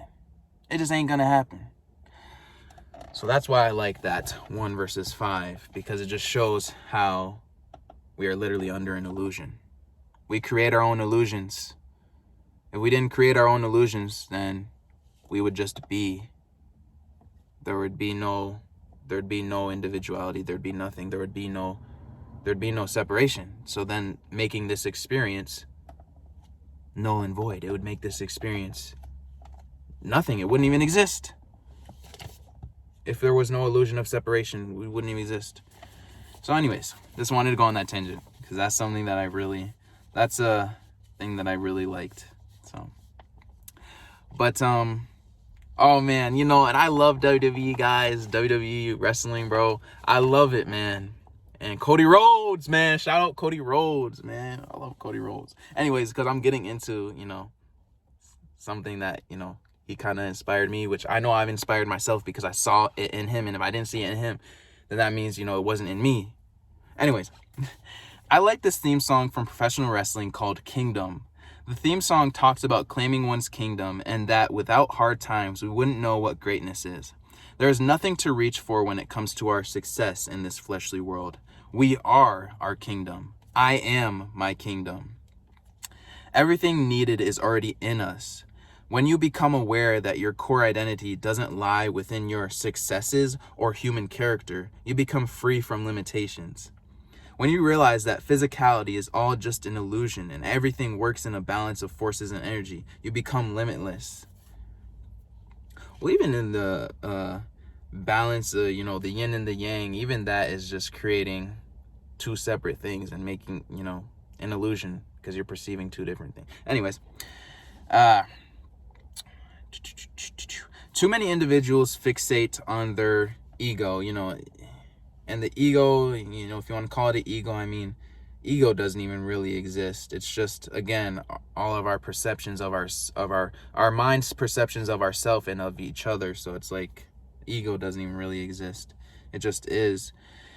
Okay. Too many individuals fixate on their ego and who they are to the world more than who they are to themselves. At the same time, too many are focused on how others portray their human character. They focus on others' physical attributes and expressions instead of their own. There are many different possibilities of creation in the world. There is not only one way of creating something good, if you perceive it as good or bad, but many ways to do so. Sometimes creativity can be used for evil, which we all have been witnesses to by viewing the state of the physical world around us. Hatred and lustful energies have been used to create systems that imprison many for their shortcomings. The world systems that we are currently living under benefit only those who desire to boost their ego and reputation among others. They create businesses only for financial benefit and serve no benefit to the wellness of humanity. Others do it for egotistical validation from the masses. They do good deeds to look favorable in the masses' eyes, yet their intentions are only for self-glory alone. The majority of humankind has put value and emphasis on what someone has achieved and what they have accomplished instead of what they are at their core. We worship and value outer beauty, success, talents, and abilities more than we value the things that someone chooses to express deep from within their core, transparently. It is imperative to ask ourselves if we are worshiping their talents and personas, or are we valuing and appreciating their authenticity and willingness to use their gifts for the progression of higher states of vibration for the world? As a collective, we choose what to put value on. We choose what to hold up as significant. Yeah, so to talk about doing something for someone's self-glory, doing good deeds to do, to be favorable in the masses' eyes. Even that in itself is something that just is, because it's like, if you didn't have that, then you wouldn't have something else. That's why all these things are actually one, and it's not like, and it goes to show the illusion of separation even more, because it's like, if you didn't have the people who we perceive our mind made up, because everything is made up. If we didn't have the people we perceive as egotistical, then we wouldn't have the ones that we perceive as humble. And so it's like, either way, we're under the illusion of separation, and everything just is. So, and so that's not to say to just be passive and sit there like a potato, and let your body rot or whatever, however you want to perceive it as. But if that's what you do, that's your choice. That's your experience. That is You're going to learn from it, and other people are going to learn from it, however they choose to learn from it. But anyways, lost train of thought, so it's not important. I'm not going to try to stick to it. I'm just going to continue this. But, yeah. I just wanted to elaborate more. I do have hope for the future. I hope, which the future isn't even, it's nowhere, bro. It's not there. There's no future. We're just here, man. So I guess now, I just hope for now. I hope that as a collective, we will learn that our egos, personas, pride, and character do not matter in the bigger picture of progression. The more we hyperfixate and put emphasis on our egos and pride, the more we enhance the illusion of separation. You see, and that's why I really am enjoying being able to read this out to you as well, because I'm reflecting on how I used to be, how I was being before, how I was, you know. And the place where I am kind of, you know, looking at things different is the whole if we put emphasis on our egos and pride, the more we enhance the illusion of separation. But even that in itself, everything is an illusion. Like, it's an illusion of separation anyway. So that it's not, I feel like hyperfixating on that is, it just is, you know, like, I don't know. We need to be more authentic to ourselves. Authenticity means that we don't hide what we are feeling or what gifts we have from each other. It means that we don't lie and hide things from each other for the sake of self-preservation. Of course, we need boundaries and to maintain privacy on some things that are special and sacred to us. However, when we walk through life sugarcoating things to appease the majority of people's opinions, then we sacrifice our authenticity and truth. This is known as selling one's soul. Yeah, this is a interesting topic for sure. Because, you know, everyone has this, you know, whole concept and another illusion of their mind, another, you know, what selling one's soul is. But selling one's soul, it's not exactly, you know, handshaking with the devil, because then you're pretty much saying that the devil has a physical form, which, I mean, you can say, like, you can perceive someone as having devilish characteristics and, you know, working in undermined devilish ways. Like, you know, someone we perceive as evil comes up to us and, you know, they are a scammer and they're taking advantage of us. You know, we can perceive them as the devil incarnate, right? I mean, you can do that. If that's how you want to perceive that person, that's what it is. But, yeah, so these things, you know, the devil is really just the things that we allow to control us and hold us under the illusion of separation without having a conscious awareness that we are not actually these things. We are not actually separate. You know, we are not actually in this. We are experiencing it, but we are not it. And the devil is the things that try to make you feel like you are it and try to, you know, focus on being it. And so anyways, I'm going to continue to read this, but it's just something very interesting. And again, feel free to disagree. It's fine. Because it just is. Anyways, selling your soul doesn't mean you shake hands, as I was saying. It doesn't mean you shake hands with an evil being named Satan or ripping your soul from your corpse and handing it to the Reaper, if that were even somehow possible. It means that you sacrifice your soul's authenticity for the sake of progressing your physical circumstances. It means selling yourself short of your true authentic purpose in this life. You sacrifice your true calling for an artificial one that conforms to the world's system standards of living. So when you hear that celebrities have chosen to sell their soul to the devil, it means that they have sold their authenticity to their ego. Anything prideful or egotistical is what Satan is. Satan is not a true spiritual being, but something that is rooted in the flesh of human beings as well as the founded systems of the world. God is our soul, spirit, that is against this Satan, which is the ego and pride that our carnality holds. And you see, my take on that, even that, I find it interesting because how I see it now compared to when I was writing this. I see it as, like I've said before, Satan doesn't just pertain to ego and pride, because we've made these things negative. We constructed these things to be negative feelings and emotions.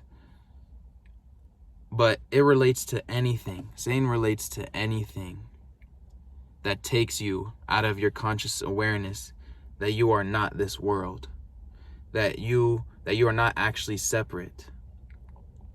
So, you could be not just hyperfixated on your pride or your ego, but hyperfixated on happiness, hyperfixated on having that joy, hyperfixated on money, any feeling of the physical form, hyperfixated on sadness, hyperfixated on depression, anything that takes you away from knowing that you just are, you just exist, and this experience is what it just is. It's just an experience, and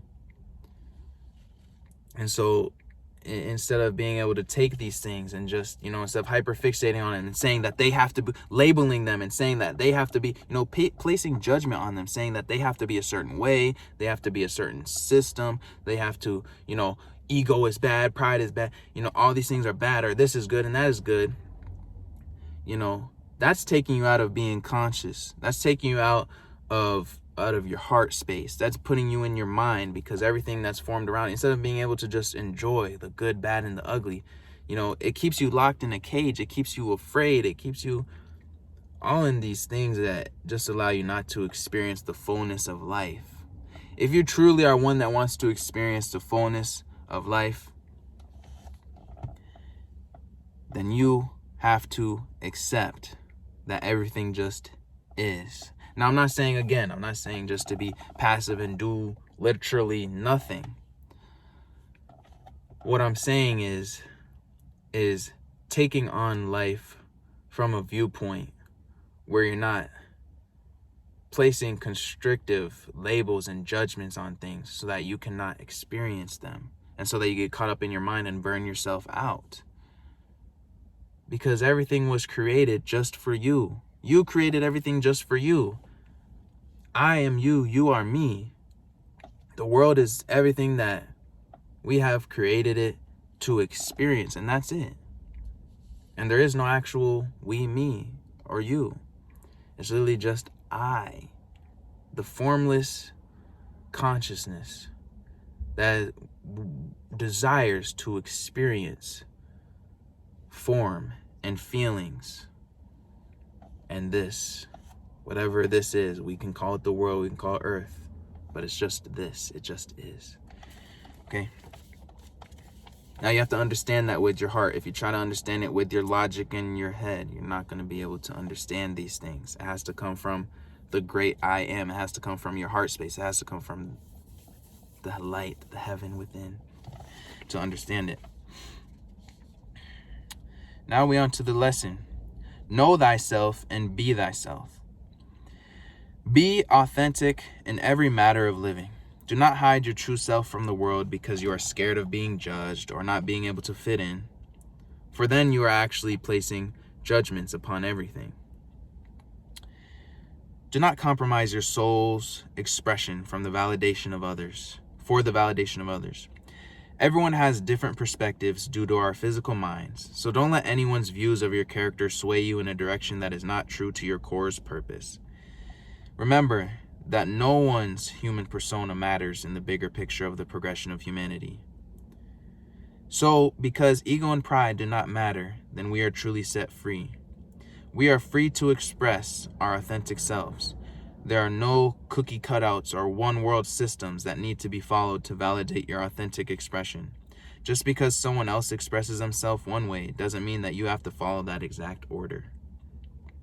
You are not just what you are gifted at doing. You are not just what you are passionate about. You are deeper than that. You aren't just a sports player, a musician, a poet, a teacher, a student, a therapist, a doctor, a factory worker, a scientist, a writer, a helper, a server, a waiter, a construction worker, a police officer, a firefighter, a war hero, a veteran, a professional wrestler, etc. You are everything. You are everywhere. You are anything. You are that you are. I am who I am. Please do not sell your soul. That was chapter 8. Thank you guys for watching, and on to chapter 9. Peace. Okay, chapter 9. We're on to purpose. Purpose ties in with identity, because without knowing your inner purpose, you forget who you truly are. The society that we have been born into has told us what our purpose should or shouldn't be. We have been told from the start who we are and what we are meant to do instead of defining those things. We have become the created instead of the creator. In the system we live in, we have been given identification numbers and names in the form of birth certificates, social security cards, etc. The government we are under has created us as a collective. The reason for their creation is power and manipulation. The government has given themselves the title of higher-ups. They have determined their value, which they believe is above everyone else who is not with them. They believe themselves to be true gods amongst humankind. The government sets up the majority of people to be factory workers or any other entry-level job worker. Our souls suffer for the sake of carnal survival. You can say soul or spirit. I am still learning. I am starting to think that there is no actual separation between soul and spirit. You know, I used to think that the soul is an extension of source, but now I'm just seeing it as we just are source. You know, there is no extension, because because even then you're creating the illusion of separation, saying that we are not source, we are not power, we are not these things, we're not just being, we are not just, yeah. So even that is a part of this world that is separate. So anyways, where was I? Oh my gosh. Oh my gosh. Whatever happened to trading? Whatever happened to passion and compassion? Yo, I don't know what I was. It's okay. It's okay that, you know, it's okay. It just, whatever happened to trading really just made me laugh, because it's like, it doesn't have to be that you don't have to go back to trading. I mean, so I don't know. During that time, I was thinking, oh, the world should be, you know, I still had a narrow mind. I still put judgments on everything. I still believed that the world has to be a certain way. And, you know, in my vision of illusion, that how I think the world should be. So that's what came out when I was writing this. Whatever happened to trading? Whatever happened to passion and compassion? The government needed some form of tool to have control over its population, which is money. They needed people to feel like they were achieving something at the cost of all their hard toiling and labor. They no longer wanted their population to do things out of love and giving. They no longer wanted equals in this 3D realm. I'm sure you've heard some call this labor for vain gain. Hello? I'm sure you've heard some call this labor for vain gain. Yo, what? Yo, I rhyme on accident. I deadass rhyme on accident. Anyways, I'm sure you've heard some call this labor for vain gain the rat race. This system won't change until the majority of the population wakes up and takes their power back, which is really not taking their power back. They already are the power. It's more of the realization and the actualization of the power that they already are, that we already are, that I already am. So it's really just ripping the veil off. The rise of a new age is ahead of us. It's inevitable. Change is inevitable. Okay. Hello? I lost my place, and that is okay. Okay. Many may take this as wishful thinking or dreaming with my head in the clouds, but mark my words, change is coming. Some of this change may look ugly at first, but that is because this corrupt and wicked government has to fall first. But you see, again, I was very narrow in my perception of things.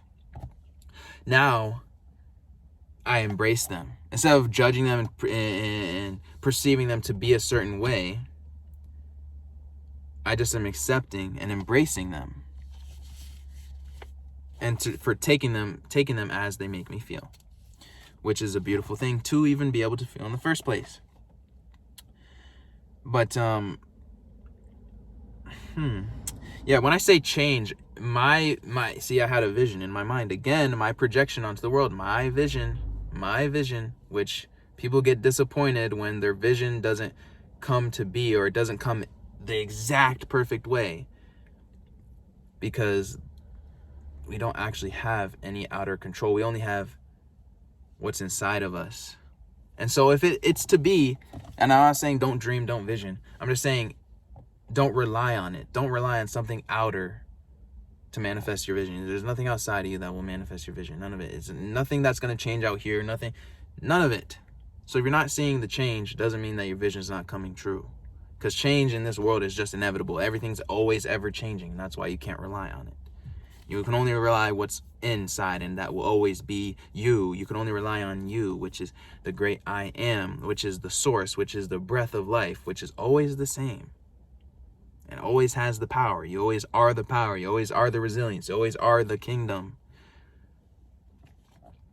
Everything else is bound to change outside of us, because again, this is an illusion that's constantly changing just for the sake of our own experience. Just to experience. That's all we're here for. Just to experience. Our purpose is to experience. And whatever we choose to do is just extra experience and lessons to learn. That's it. Okay. All right. Everyone will know when this time comes, because it will be apparent that the tyranny has fallen. Egos will be shattered and many will be left humbled. If you rely on the systems of the world with all of your identity and being, you will become lost and may take part in the losses of said systems. The reliance on what is seen is in vain. The physical world around us is always changing, rather by its natural cycle or by human doing. Do not rely on what you see, because it may just deceive you. Instead, follow your inner knowing. Some call this your intuition. It is that feeling in your heart, your soul, your core, your spirit. You just know something without having tangible evidence, which is a part of the unseen world. See, like I've been saying, whether, your human self has perceived something as wicked, bad, or good, it's bound to change. Your perception of things is bound to change. The physical things are bound to change. So there's no point in actually relying on them, but actually relying on your inner self.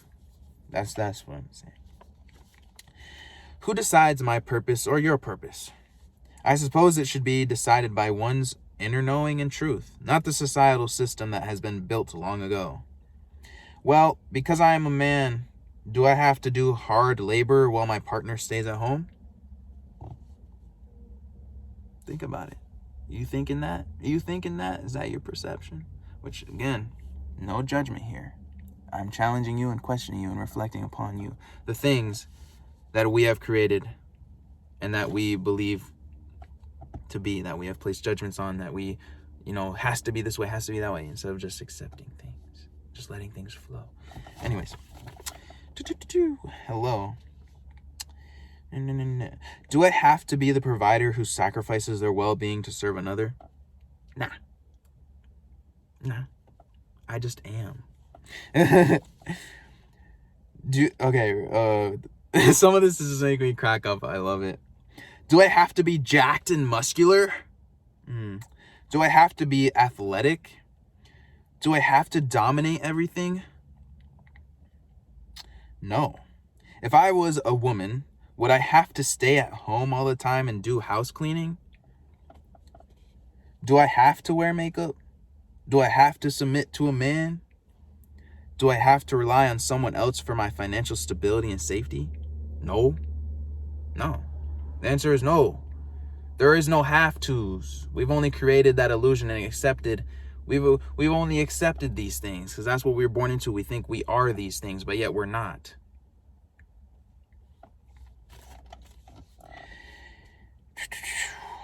There are no have-tos. You do not have to do anything to fit into who society thinks you should be.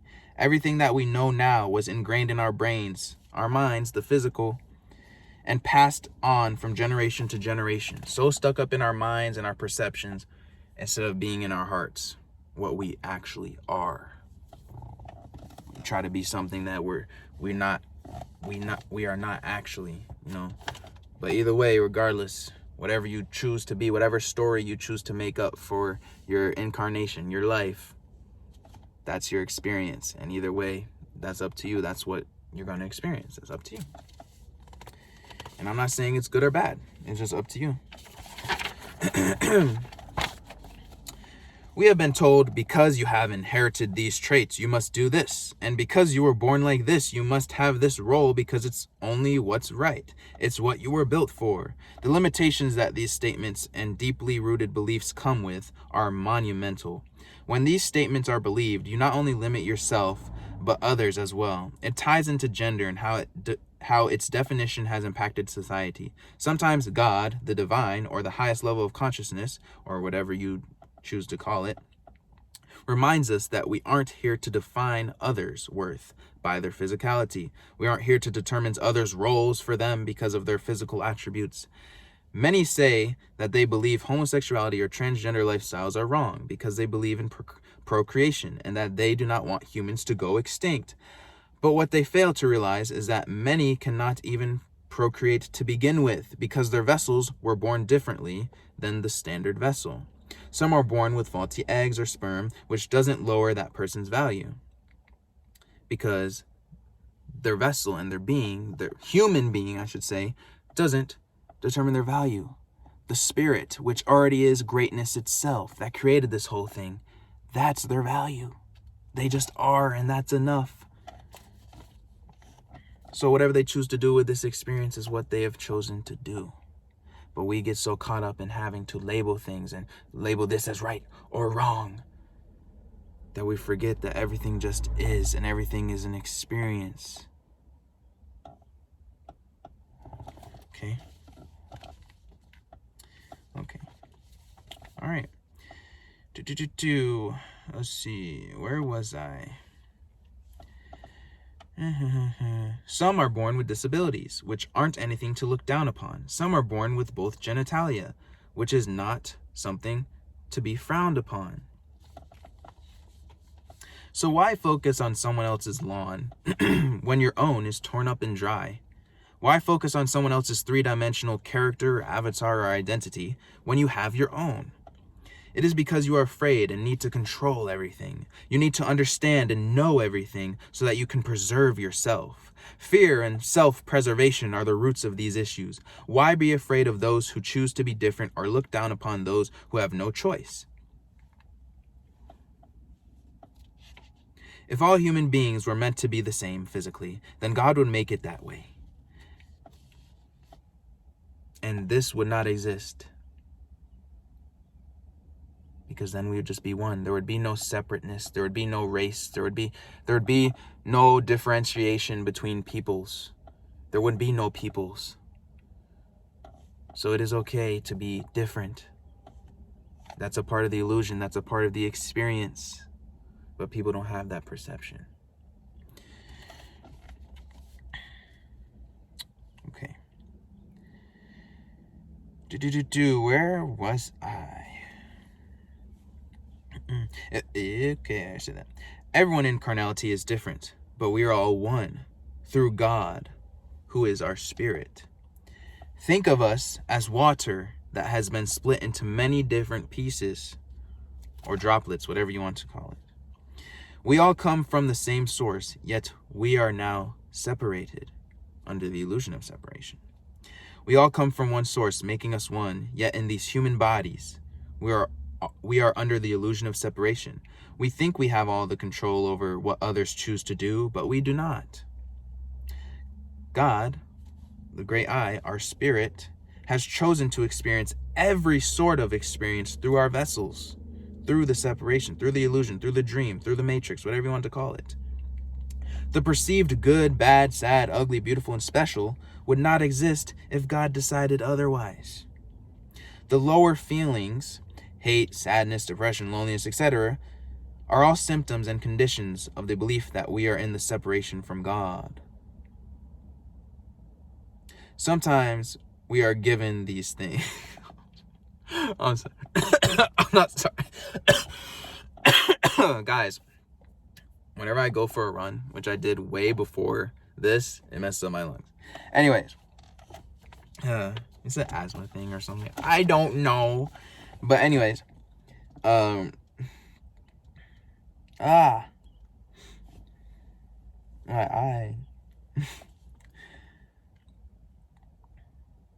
okay, so when I said the lower feelings,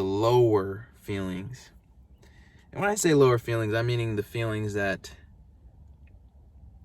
we perceived as not as good, that are not as good feeling as the other ones. But in reality, they are just as valuable as you wish to make them, of course, because it's up to you. But they all just are. They just are things that we happen to put judgments and labels on.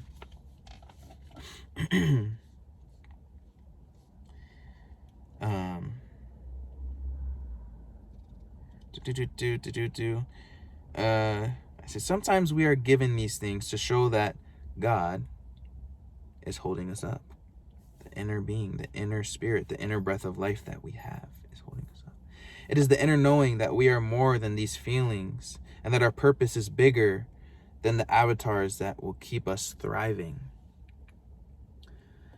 And what I mean by bigger is, everyone believes it. I want to be a dancer, a singer, or doctor, whatever it is. Those we believe to be the things that, we're striving for and we're thriving off of, and we have a dream of, that just keeps us locked in this human character, And I'm not saying not to do those things, of course, because that's all a part of the experience you're going to experience. But do those things while being conscious and understanding whether it goes your way or it doesn't, that it just is. And it is for the sake of your experience. Whatever's meant to happen will happen.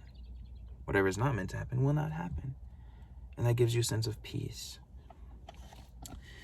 And so all of these things serve a purpose. Good, bad, sad, ugly, depression, sadness, all of it. These are all things to be grateful for, all feelings that we get to experience. That's it. And the bigger purpose, which everyone's trying to find their purpose. What is my purpose? I don't know. When it's already inside of you. Your purpose is not some physical thing you do. It's not a gift that you have. Your purpose is to exist. Your purpose is to experience. And however you choose to have this experience is what you choose. That is your purpose. It's simple. It's simple. Okay. Humankind has developed language and communication to understand everything around us. A name has been given to everything in the physical world. It started many ages ago. When something is given a name and the majority agrees, it stands as that name. When that thing is given a role and it is agreed upon by the majority, it stands. The physical world that we live in right now was not built by us, but by our ancestors. No duh, Ryan. It was built by those who have come ages before us. Everything can't just be made according to our human nature as it has been. Everything must be known first. Following our internal structure and intuitive nature leads to better decision making. I mean, you see, when I was writing that, again, I was in a narrow space. But now that I'm able to look at it subjectively,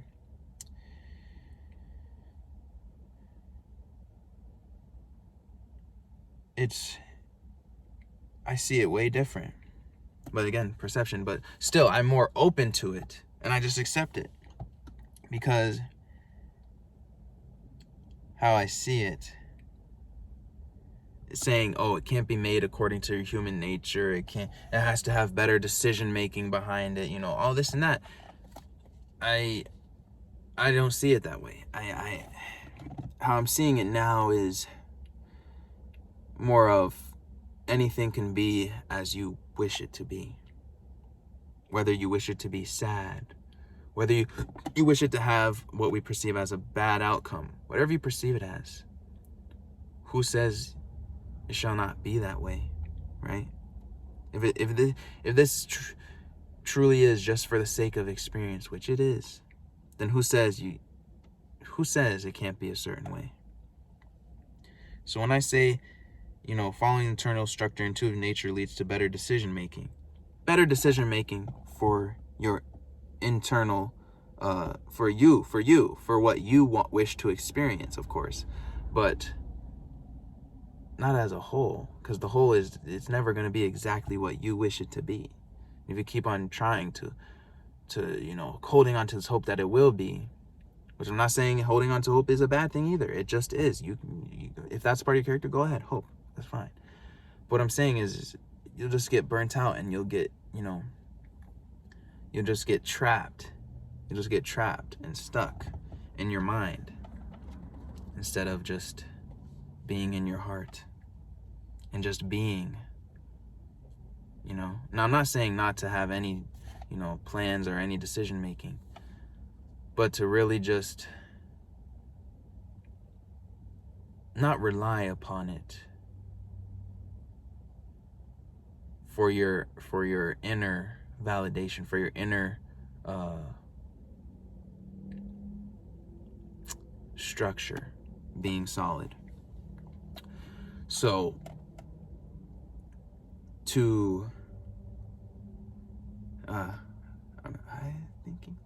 it's, oh no. No, but it's more of just to follow the inside instead of this and everything that's physical on the outside, But if you want to follow the physical mind, again, that is up to you. That is your experience. If you don't want to feel more alive and awake and anything else that, you perceive as peace or whatever, then it's up to you. Again, no judgment, no labels on anything. But inside, you are the way. That inside, that's the life. Nothing outside of you is a life. What you look in the mirror, that's not your life. That's not you. The things you have, the physical things, that's not your life. Your life is life itself. So that's literally is. Life equals life. It's literally just life. None of this stuff is life, because you are the life. Okay? Let's see, where was I believe that we have the tools to make significant changes in how we define things in the physical world. No more creating systems to abuse others through the physical power that we have created. No more telling people who they have to be or do just for the sake of gaining more control and power over them. Instead, may we inspire and encourage others to set themselves free so that they may express their most authentic self on a soul level. Spirit, soul, whatever you like, God, whatever you'd like to call it, level. If we allow this and also keep the awareness that we are one in spirit, then peace may inherit the earth, more on a collective scale. But again, even with that, if we stay stuck in our perceptions, our minds, then even in that we'll become lost and say things have to be a certain way. But if we all have the internal work and just know that we are the being, we are the life, then yeah, things will probably naturally just shape to be different than how we are. But we're so stuck in trying to change the physicality of the world that we are losing our life, in which we never actually truly lose this life, because this life inside of us, the breath of life, is more real than this illusion. But yeah. Whew. Oh man. Okay, did that. Do you know that these things that we experience don't belong to us? There is no actual us that stays forever. We do not exist. We are but an experience that belongs to a bigger purpose.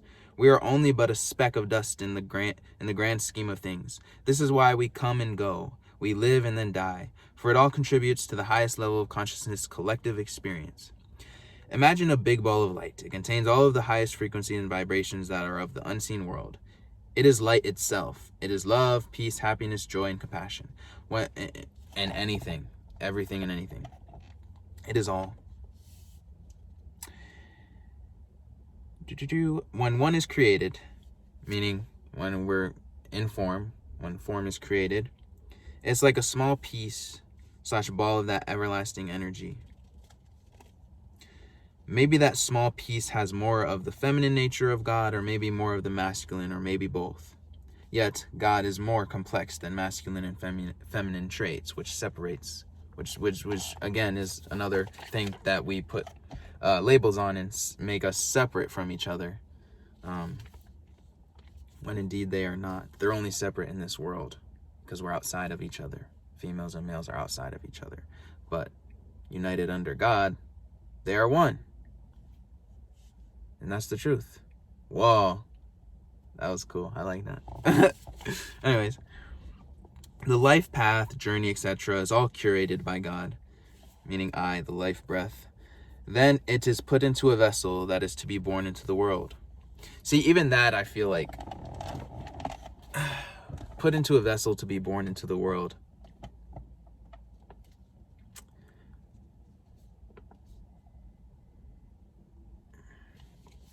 That's interesting. I have nothing to say with that, and that's okay. It just made me feel something, and that's good. Okay, whether it be man or woman, I believe this to be the reason why some who are born into the more masculine body type can resonate more with femininity and vice versa. So why limit their authentic expression through their physical body? Why tell them what their role is to be? It is as if you believe everyone is born the same way with the same soul. See, we are born with the same spirit, but we're not born with the same characteristics. We're not born with the same form that is to be experienced. So I guess you can call that the soul.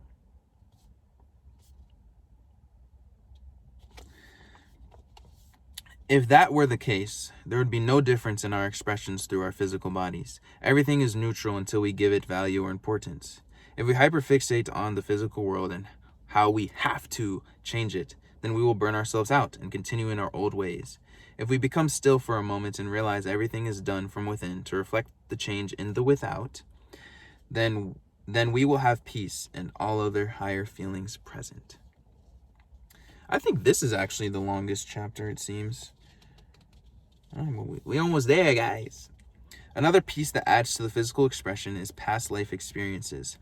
That is a concept I still, I don't really, I understand, of course. I've done research. I understand in my physical mind, but I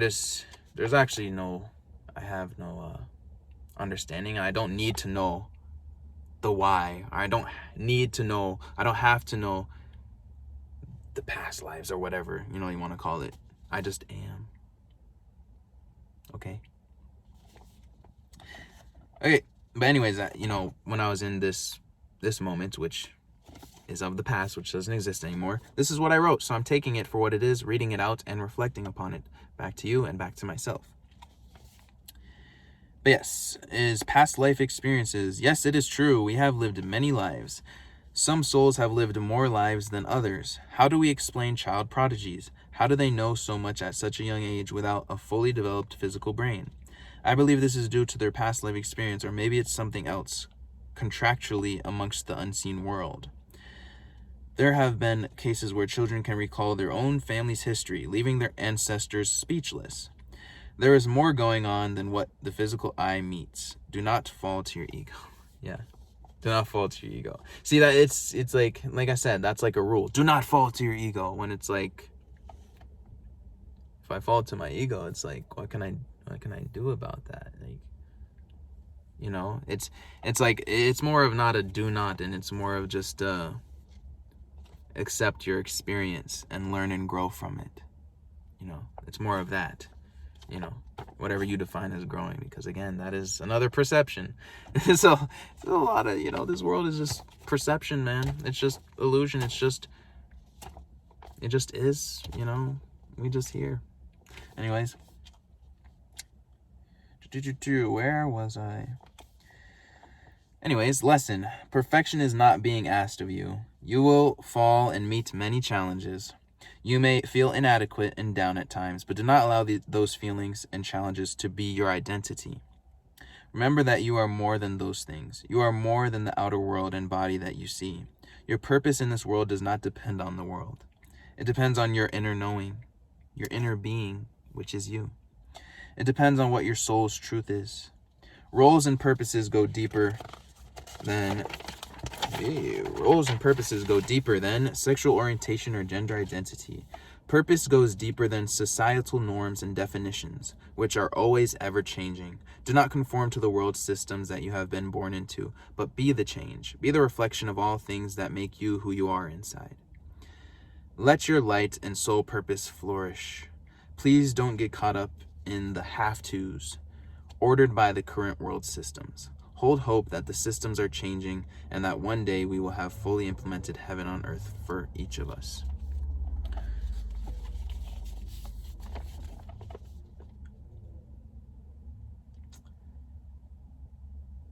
Yeah.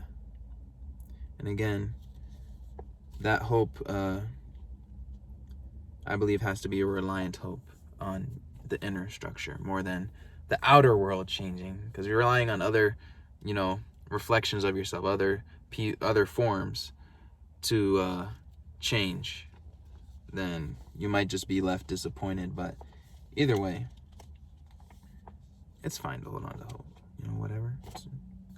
Or if you think it's bad, then that is what it is, you know. It's up to you. We are done with that chapter. Okay. And we will be on to chapter 10. Thank you guys for watching this. And yeah, love you guys. On to chapter 10, the next. Peace. All right. We on to chapter 10, religion. All right, guys, disclaimer. And I don't even have to explain, but it looks like I am deciding to explain. So, this has all been in correlation with what I guess you could say Ryan, the character, the persona that you're seeing, that's not actually fucking real, because I am the one, you know, experiencing it. Anyways, this correlates to the experiences that I've gone through. And some of, you know, these things, you know, again, a lot of it can be perceptions from my mind, but I also tried to keep it true to my heart and my inner knowing and my inner being. And so it's okay to disagree. That's your perception. That's the beauty of this. That's the beauty of this illusion of separation. We're just experiencing things and learning. So take what you want to take and leave the rest. Okay, here we go. Religion is a well-known subject throughout the world. There are many different beliefs, traditions. Oh, no, it doesn't really matter. Oh, shit. Oh, my gosh. Okay. I mean, wait. You guys want to not see my face? Let's hold it up like this. Anyways. No one seems to agree on one set of religious standards. Even within the religion itself, there are many arguments, conflicts, incidents, and separations that occur because of religion. One person thinks that they have to be right instead of trying to understand another. I'm not bashing anyone if they subject themselves to religious practices, but I am only sharing my conclusions and experiences with religion. I've had first-hand experience with Christianity, but no other religion. I've only read some ideals of other religions and what people in said religions have to say about their respective beliefs. I'm not religious myself, but instead follow my inner spirit, which is the same spirit that created all of our lovely souls, our forms, this illusion. Excuse me. I know who I am now after having many experiences with religion and other life lessons. I am spirit who was created by spirit. See, I am a soul who was created by the Spirit, God the Divine, the Most High, the Father, Mother of all souls, or however you see fit to call our collective energy of the highest consciousness. And you see, again, the way I thought of this and saw it, I see it way different now. Because now I see that I'm not actually separate. I am just spirit. I am just God experiencing human form, as is everyone else. We're all literally one. We all are literally the same. We all are literally God, just experiencing form. That's why, they say God is everywhere. He can be everywhere all at once. It's not because he's looking in a freaking glass ball looking down upon the earth and everything. Which I actually think I get into when I write this, but anyways, he's not in glass ball looking down on earth, because then we're creating separation, since what the fuck. Okay, but he's actually in us. He's in the grass, he's in the trees, he's in everything. This is all God. Everything that's been created is God. Everything, literally everything you see, all of it. This is God's experience. We don't actually exist. Only God exists. He's the one. She's the one. Again, putting labels on God, a being that doesn't have human labels. Even God is the label itself, because that is what humans perceive the energy, the inner flow, the inner breath, the life breath as. And so this is all just God at the end of the day. Me, Ryan, does not exist. Only I. Okay. Anyways, that was a tangent, but I believe I get into that in here anyways. But again, like I said, I'm just able to reflect upon this and, how I've grown and how I, view things and how I feel things now, are just completely different than when I was writing this. So, okay. I am but one experience of the many that have been chosen to be experienced. I am who I am.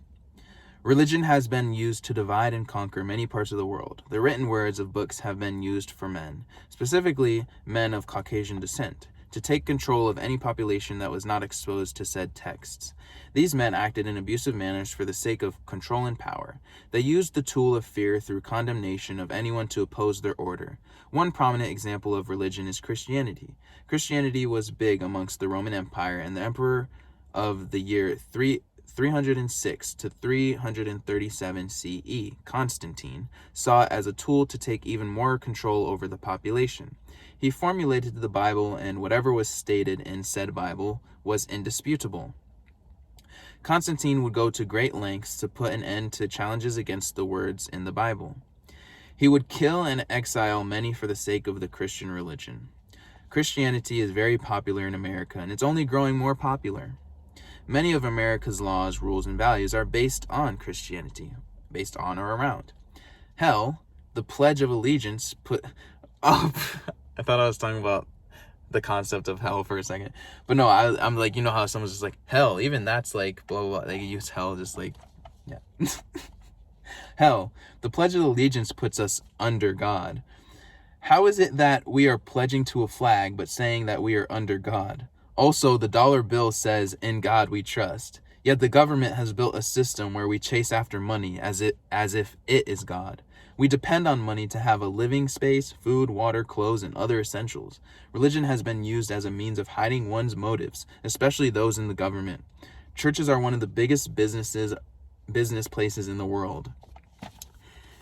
They have you give your "In God We Trust" money to them so that you feel that you are contributing to the community of God.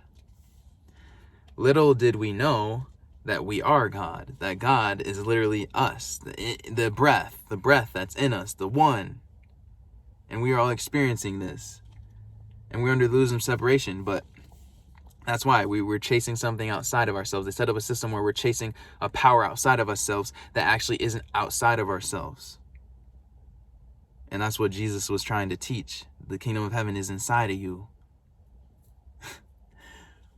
But, it's all got just mixed up, but it's just experience. And it's not to condemn how it's been formed, and not to criticize those who formed it, but more of just reflecting upon it. What can we learn from it? How can we come back to ourselves, the inner power? How can we come back to life? How can we come back to God, the heart space? As a former Christian, I have had the privilege of getting to know many other people in the said faith. I have been a viewer of global hypocrisies done by Christians, lifestyles that make no sense on or per God's word. Many worship the image of a white European man they call Jesus, that was created by the Roman Empire and passed down to the year 1603's King of England, King James, who would translate the Bible to English. Since then, there have been many translations of the Bible created. The Bible always seems to get the benefit of the doubt, though, as many say that it is still the pure, true word of God. Yet, even in the Bible itself, Jesus never promised a word of God or a book that will guide Christians throughout their journey. Before his death and resurrection took place, Jesus only promised his Spirit, which was the Holy Spirit.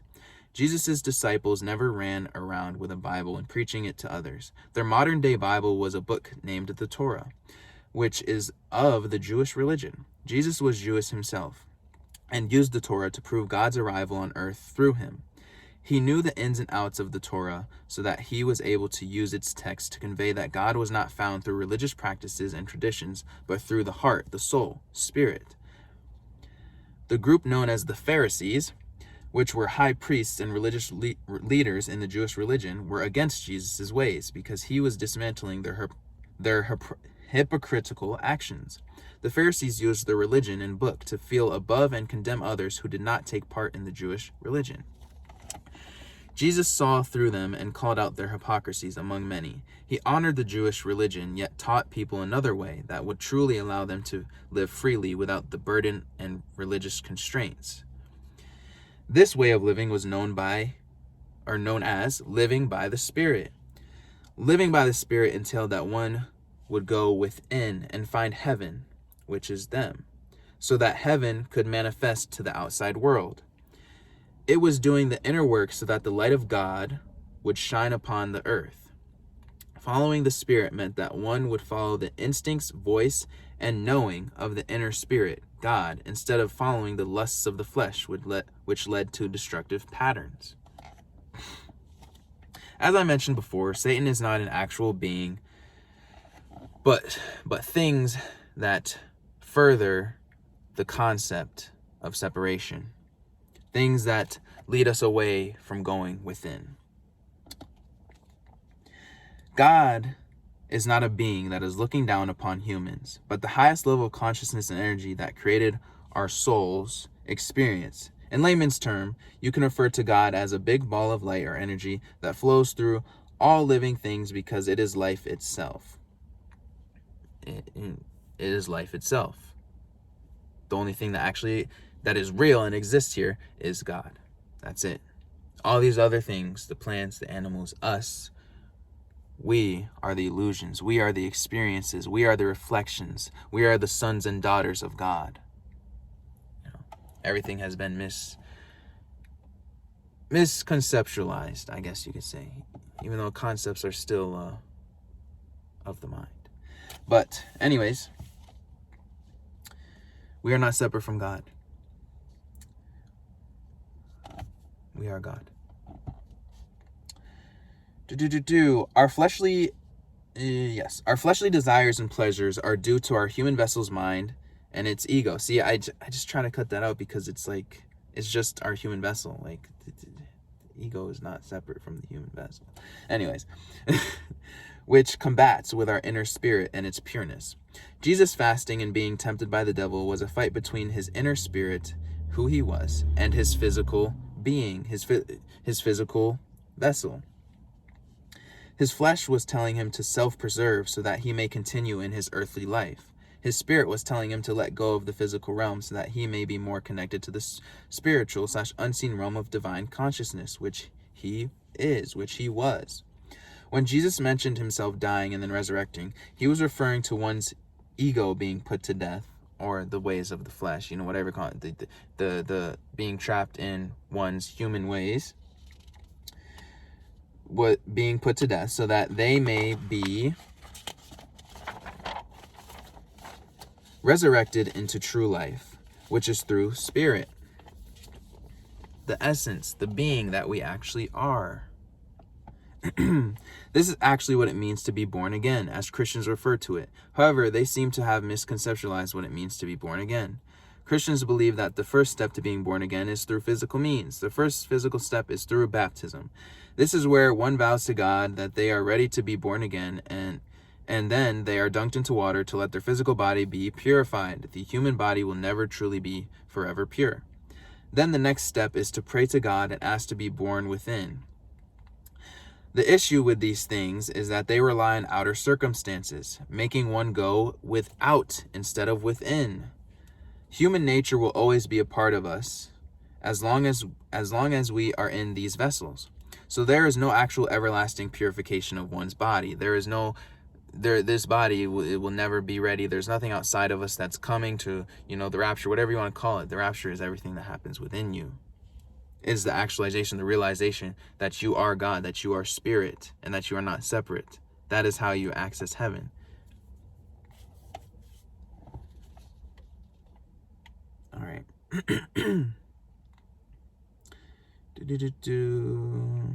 When it comes to prayer to God in the Christian faith, one prays to something that lies without oneself,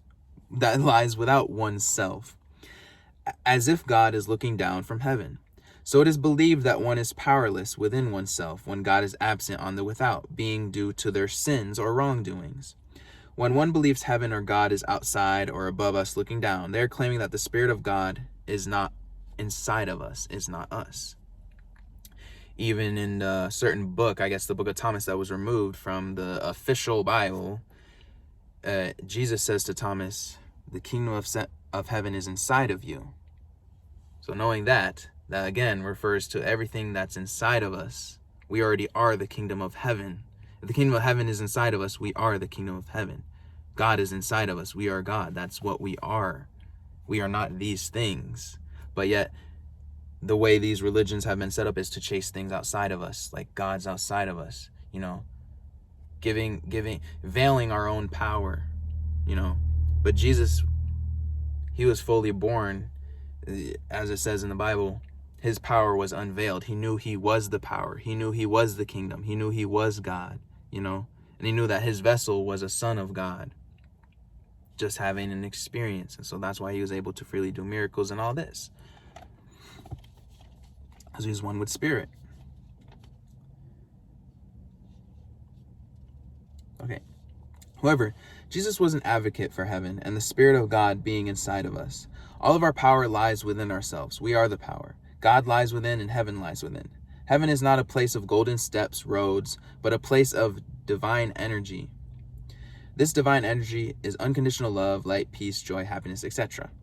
Heaven on earth won't come on chariots riding in the sky, but can be made manifest through the inner workings of all of us as a collective. When we go within, we can contribute to the without. When we allow heaven to reign inside of us through our healing and connection to the divine, and realizing that we are indeed the divine, we set ourselves free and create an environment of heavenly proportions. Heaven in the Bible was created in an image of a physical realm so that believers would be stuck to their lusts for physicality instead of the unseen gifts of love and everything else I mentioned before. Another example of the religious entrapment to the 3D realm is having to attend, and again I put that in all caps, having to attend church and having to read a book to connect deeper with God. This adds to the heavy reliance on the physical realm instead of the unseen inner realm of the spirit inside of us.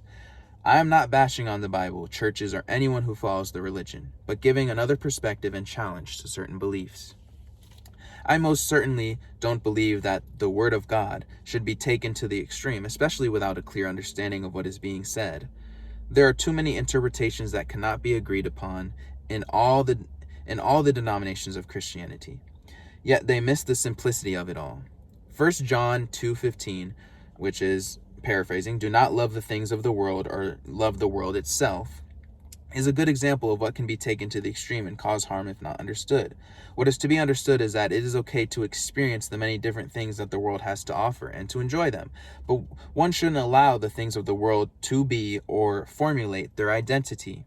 You aren't committing sin if you indulge in these things of the world, but you only bring harm and disappointment to yourself when you depend on the carnal slash fleshly things of the world to bring you happiness, peace, and the love of God eternally. No reliance for inner peace and stability should be put upon the physical indulgences of this world. Enjoy the physical things you enjoy, but do not let them be you. Depending on the government, churches, and religious texts for our own inner validation, strength, and power does not serve the highest good of humanity. If we want to see heaven on earth on a grander scale, then we will all have to make efforts within ourselves so that we can reflect the highest vibrations to the outer world. Again, it's all within, my friend. It's all within. As a child, I was raised in a Christian household. I was born into beliefs that were not my own, and I was led to believe in ideas that were not formulated by my inner being, the Spirit of God, indoctrination. Going to church, I went to many different churches, reading the Bible and praying to God never felt solid for me. I worked my butt off to live by the Bible and Jesus' teachings, even sometimes being extreme about it, but it always led to the feeling of being lost, alone, and causing more conflict than help. I never felt seen by the Christian God or anyone else in the Christian community. This extremity became more noticeable when I returned to Christianity after I became more worldly and had no spiritual backing. The issues within my family seemed to have been stronger than the collective faith in the Christian God. I literally would read the Bible every day and rarely watch television when I did. It would have to be something biblical or Christian related if I was to watch television.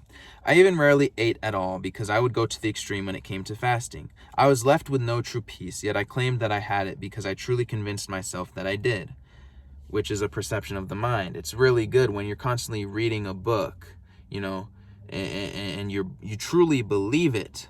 Of course, you're going to create that perception where where it becomes your reality, where it becomes real to you, where it's true to you. So of course, you're going to believe these things. I truly believed that I believed. It felt so real, yet something deep down that I wasn't open to, which is the Spirit, was telling me that something was wrong and that I needed to reroute my life.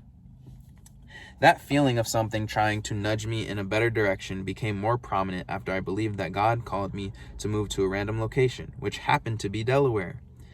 The journey was absolute hell. Taking the bus to the New York City bus station was so hectic. After waiting all day and walking around a place I had been unfamiliar with, I was stranded overnight. The next bus service canceled their stop. They were running extremely late and wouldn't arrive promptly, so they scrapped the whole transit. I had to leave the station and find somewhere to stay. Thankfully, I had the funds saved to afford a hotel for a night. The next day, I had to wait until about 5 p.m. for the bus to the next station. The bus ended up running late again, and when it arrived, the attendants limited the number of passengers that were allowed on the bus. They said that they had 2 different buses coming, and that whoever didn't get on the first one could get on the next one that would come later. A woman was sitting next to the stop's exit door and looked at me after I had explained to someone near me what I had gone through the previous day. She spoke up and said I should go on the bus now, or else I was risking not being able to make it to where I needed to go. I felt that God was speaking to me through her. I still believe that even when I reflect on it in this present time. I made it to the next few stops with little to no hassle and eventually to my destination. Oh, and by the way, I'll stop there. Of course God was speaking to me. It was I speaking to I. Spirit speaking to itself. Spirit speaking to spirit. So of course, God was speaking to me. I stayed at an Airbnb while I was in Delaware and planned to find a job so that I could maintain a place to live. Everything was going according to plan, and I landed an interview as well as a job position. However, I emailed the employer and let them know that I would not be attending the job because I refused to wear a mask and conform to the ways of the world. Throughout that whole situation, I felt something was off. After a few days, I decided to go back home. When I got back home, it took me time to settle back into that environment again after the chaos of the journey. I would turn a new page in life and do more research on religion and who God is. I watched countless near-death experience videos and people's testimonies. They all had very different stories of physical death and coming back to life, but they all had a consistent message about the afterlife and what this life truly is. We are more than these vessels. We are one in spirit, and we are never separate from God. Separation is the illusion of this reality. God isn't condemning or judgmental, but loving, challenging, parental, guiding, light, and all of our essence. God has been given male pronouns and characteristics by religion, yet God is both masculine and feminine, and everything in between, anything and everything, more than these masculine and feminine duality that we have created, which also limits God. God is both father and mother to all of creation and anything else. Because again, that's saying father and mother are the only two things is under the illusion of separation, which is limiting God when God can be anything. He could be a chicken head, like God is anything and everything, not just father and mother, man. Everything. God is it. That's all there is. All right. We are reflections of God and each other, making us one in spirit. Hearing their testimonies created an epiphany for me and gave me a sense of freedom. I dug deeper and even started doing research on guided messages through oracles and tarot, which is not evil or satanic as many condemn it to be. But again, that's perception. If they want to see it as evil, that is fine. If you want to see it as helpful and good, that's fine. I had found the truth that resonated with my soul, my spirit. I found the truth that ties everything together and leaves all religious confusion and complexities behind. To make things clear, this human experience is subjective and neutral. There is no difference between the Bible and other spiritual practices. The Bible can be used for evil because it has been used for mass manipulation, control, fear, and power by many. Occult practices, witchcraft, tarot, and oracles can be used for evil because they have been used for the same reasons as those previously stated in the Bible. These things in and of themselves are not evil. Humans have decided what is to be deemed righteous or evil. Why claim your book can't be of the devil when it is capable of being used as a tool for destruction and wickedness? Anything can be deemed as evil because of the actions of its users. A bicycle or a car can be deemed as evil if they're used to assault people. But it, in and of itself, is not evil. If the masses would come to realize these things, we would see progress in true unconditional love, understanding, appreciation, acceptance, and oneness. Oh, and my throat is acting up, my friends. Anyways, we're on to the lesson. Wrapping this up. Lesson. If you happen to take part in religious practices, I have no hard feelings towards you. And I mean no disrespect. I am only telling the truth that has set me free and that is allowing me to set others who are open to it to be free as well. Do not compromise the truth for others' comfort and always be your authentic self. The Christian religion and similar ones to it, in my opinion and conclusion, are a trap. It entraps us in the physical realm and makes us believe in a God that lies outside of us. We all come from the same divine source because internally we are the divine source. Even as religions cannot agree, not one has to be right. Oh my gosh, it got really bright. Oh. The light is shining down. The light is shining upon me. I am the light. Okay, anyways. Even as religions cannot agree, not one has to be right. But we all need to at least understand each other. Evil and good have been determined by mankind. But admittedly, some actions do cause a lower vibration for the earth than others. Let go of your ego and embrace your authenticity through the spirit that lies within you. Which in ego, again, I'm talking about your physical characteristics, your physical emotions, Don't be them, You don't have to be them because you just are spirit. Anyways. Let go of your, okay. Heal yourself within and connect with the divine energy that is the very essence of your soul. Do not allow for outer circumstances to determine your identity. Do not allow religious laws, rules, and regulations to conceal you from having inner peace or a feeling of being enough. You are enough already, just as you are. There is nothing more for you to accomplish or to do to prove any of that. God loves you for everything that you are because you are eternally the Spirit of God. You are love and you are light. There is no separation from God. God has two sides. See, I was in a narrow place at this time. Maybe many more that haven't been known yet. But why shall we, just formed illusions, have to know everything? We don't have to know everything. We can just be as God is. That is the whole thing with Adam and Eve. They bit the apple, meaning like, they wanted to know everything and they had to know everything. They felt, naked and they didn't like it because they had to know, oh my gosh, I'm aware of this. And, it's like, oh my gosh, no, I have to know this. Wait, what's that tree? What's the, you have to know. Which that in itself is a part of the experience. But also that goes to show that sometimes if you get too trapped in the mind and having to know everything and control everything, you're going to lose out on your spirit. You're going to lose out on God, Anyways, that came out. Where was I? Do not be afraid to express both of these because a religious book or society itself tells you to be a certain way. Show your true inner being to the world and do not be afraid of challenges. Challenges are a part of helping you to grow and embrace yourself more. And that is the end of chapter 10, Religion. And thank you guys for watching. I know we perceive it as a very challenging and tough topic, but there's nothing wrong with that. Whatever you got out of this, that's great.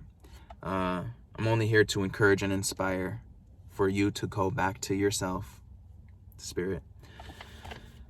And yeah, that was it. Chapter 10. Wow.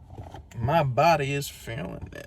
But yeah, thank you guys for watching, and on to the final chapter, chapter 11, in the next. Hello guys, welcome back. It is shining brighter right now. It's in the same day. I did it. All right. I did it. I made it to chapter 11, the last chapter that I'd like to share with you guys. This was a journey. Yeah.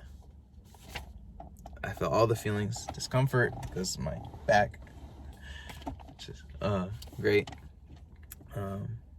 Happiness, excitement, inspiration, all of it. Which I'm grateful for all the feelings, man. So let's wrap this thing up. Get your popcorn. No, if people like in like a YouTube video or something, while you're watching along, they'll be like, get your snacks, get your popcorn, and let's have fun, Oh man. Anyways, do what you want. Do as you please. It doesn't have to be a certain way. Do what you want. Chapter 11. What life will you pass on? We are the creators in union with the Spirit of God through these vessels.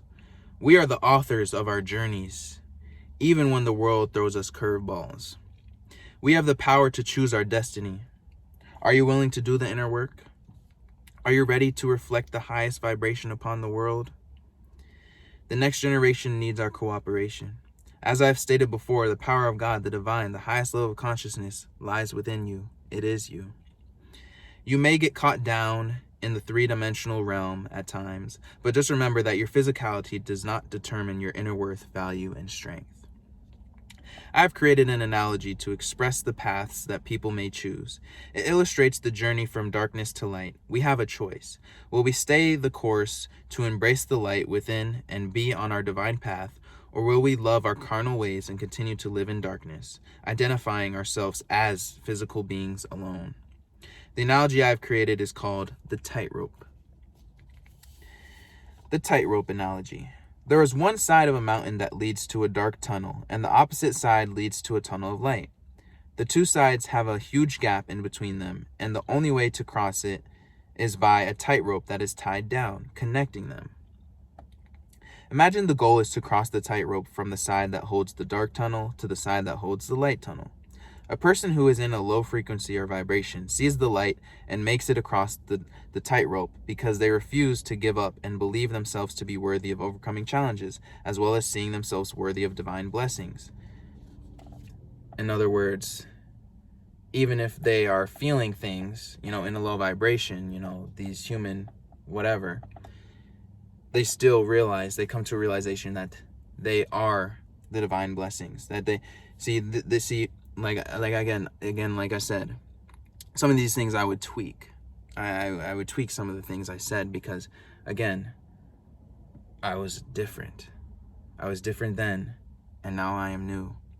And so, again, I am reflecting upon this as I read it, what I've said, what I've stated. And so I will reflect what I've come to know now. And so I'll just continue to read this and then we'll talk about it more. They want to rise and become a better version of themselves. But see, when it says better version of themselves, I think it's just how I would say it is being themselves. Not the better version of themselves, but being themselves in essence, spirit, which is the best version of themselves. Finding themselves, which has been there all along.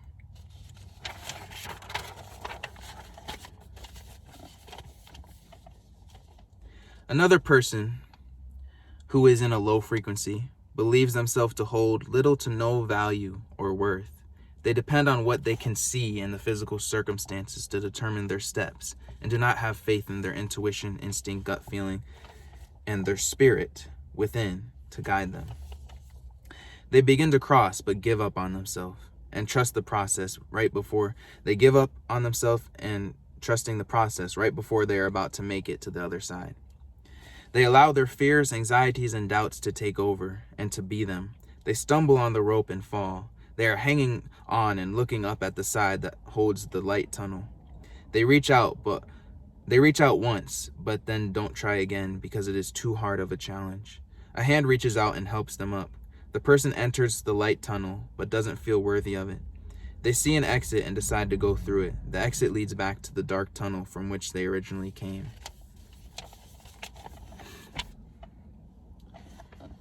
A different type of person who is also, as the two previous people, in a low frequency or vibration, is very prideful and egotistical. Of course, again, that is a perception that how we perceive people. But in other words, it's saying that they're very much in their character and persona and not in their spirit. They believe that they are always right about everything and they have to be right instead of learning and understanding different perspectives in life. They cross the tightrope but soon backtrack because they believe they can find a better way to get across. Back on the side where the dark tunnel is, the person scans the distance between the two mountainsides. They take a few steps back and at full force sprint forward, leaping across the gap. They barely hit the edge of the ground of the light tunnel side, but hang on tight so that they do not fall on to their doom. A hand reaches out to them, extending an offer of help, but they deny it. The person hanging loses their grip continuously until they fall. However, they are caught by the hand that was previously extending help to them, but they bite the helping hand. This causes the hand to release them, and they fall to their doom. They bite the hand that caught them because they believe that they don't need anyone's help or guidance to make it. The person didn't want anyone else getting credit for having to assist them in their dilemma. They always had to be correct and prideful above all else, causing them to fall to their destruction. You see, because they're looking at things in such physical terms, and they were so in their character and their pride, they had to be right, that they couldn't see that the person offering them help was them. The offer of help was them. That person was just a reflection of them offering them help. We all have the power to choose how we react to troubling situations and dilemmas, which these dilemmas and issues and challenges don't require reaction. You don't need to react in a certain way. There's no need. We all can shift our perspectives in favor of our well-being. We can transmute negative energy into positive energy to heal and grow. Be an alchemist of the forces that surround you. Don't let anything take you down or out. If you do happen to go down, rise back up and you will become stronger. I say stronger in spirit, but how I see it, I guess you can say stronger in spirit because but it's more of a stronger sense in spirit because you're coming to the realization that you are spirit, that you are the strength. So when you fall, to any of these feelings and your identity starts to rely on them again, you have to rise back up into who you truly are, which is the power, which is the rise up. You are the resilience. You are these things. You you are source. Nothing else outside of you or anything that you did was the source, because you are the source, So when these energies come and try to take you down, just accept them for what they are and use them and be grateful for them to enhance your experience. Either way, it's your choice. But just remember, it's all a spectated experience. But we're more immersed. We're more immersed than VR headsets. If you put on a VR headset, the VR headset is just like little thing that we put ourselves in. But we're the ones that put ourselves under that thing, We're the ones who put ourselves under that illusion that we have created, because people have created VR. We have created it, and we are the source of whatever we get out of that VR. Same thing with this, but it's more immersive.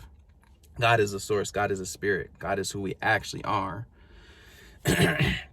Experience is this thing that feels real to us, but in reality, it's not. It's just an experience. My throat. I've been speaking a lot, huh? Anyways. Yes, do not fully rely on these things for your strength, as they may change or disappear. Meaning these things, talking about the outer world, like I've been talking about. Final lesson. Be resourceful with everything around you, however you see fit as being resourceful, because again, all comes down to perception. The perceived bad situations or good situations, the objects, the movies, the television shows, the toys, the books, water, food, clothes, and much more can be used to inspire your inner being.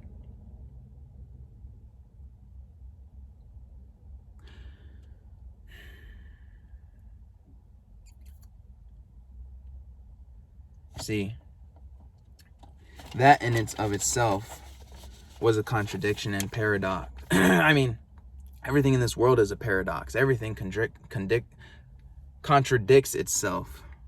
None of this has to make sense. None of this has to be logical, because then it has to be in your mind. It has to make sense. It doesn't have to. No, it can just be felt and accepted and experienced.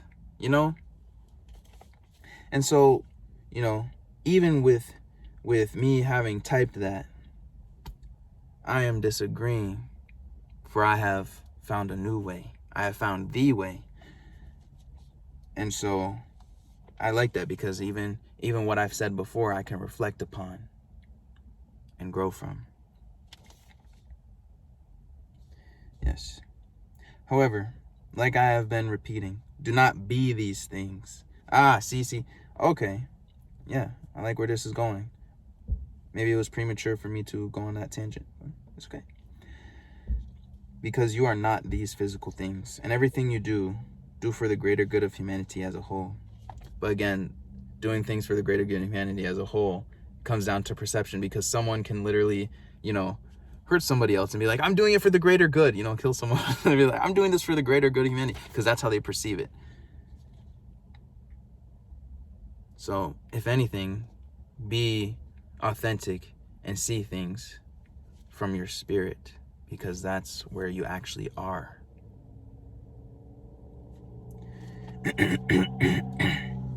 Wow, my throat is really phlegmy, I guess. Produce things that not only benefit your vibrations, but the vibrations of all of the reflections of people around you. You are the animals. You are the insects. You are the plants and trees.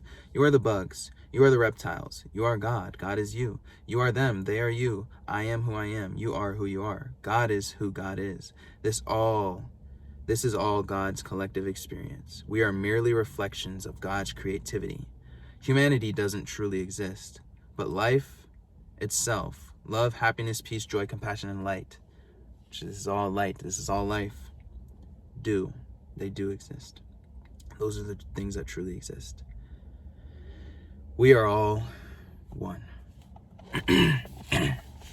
That was it, guys. That was it.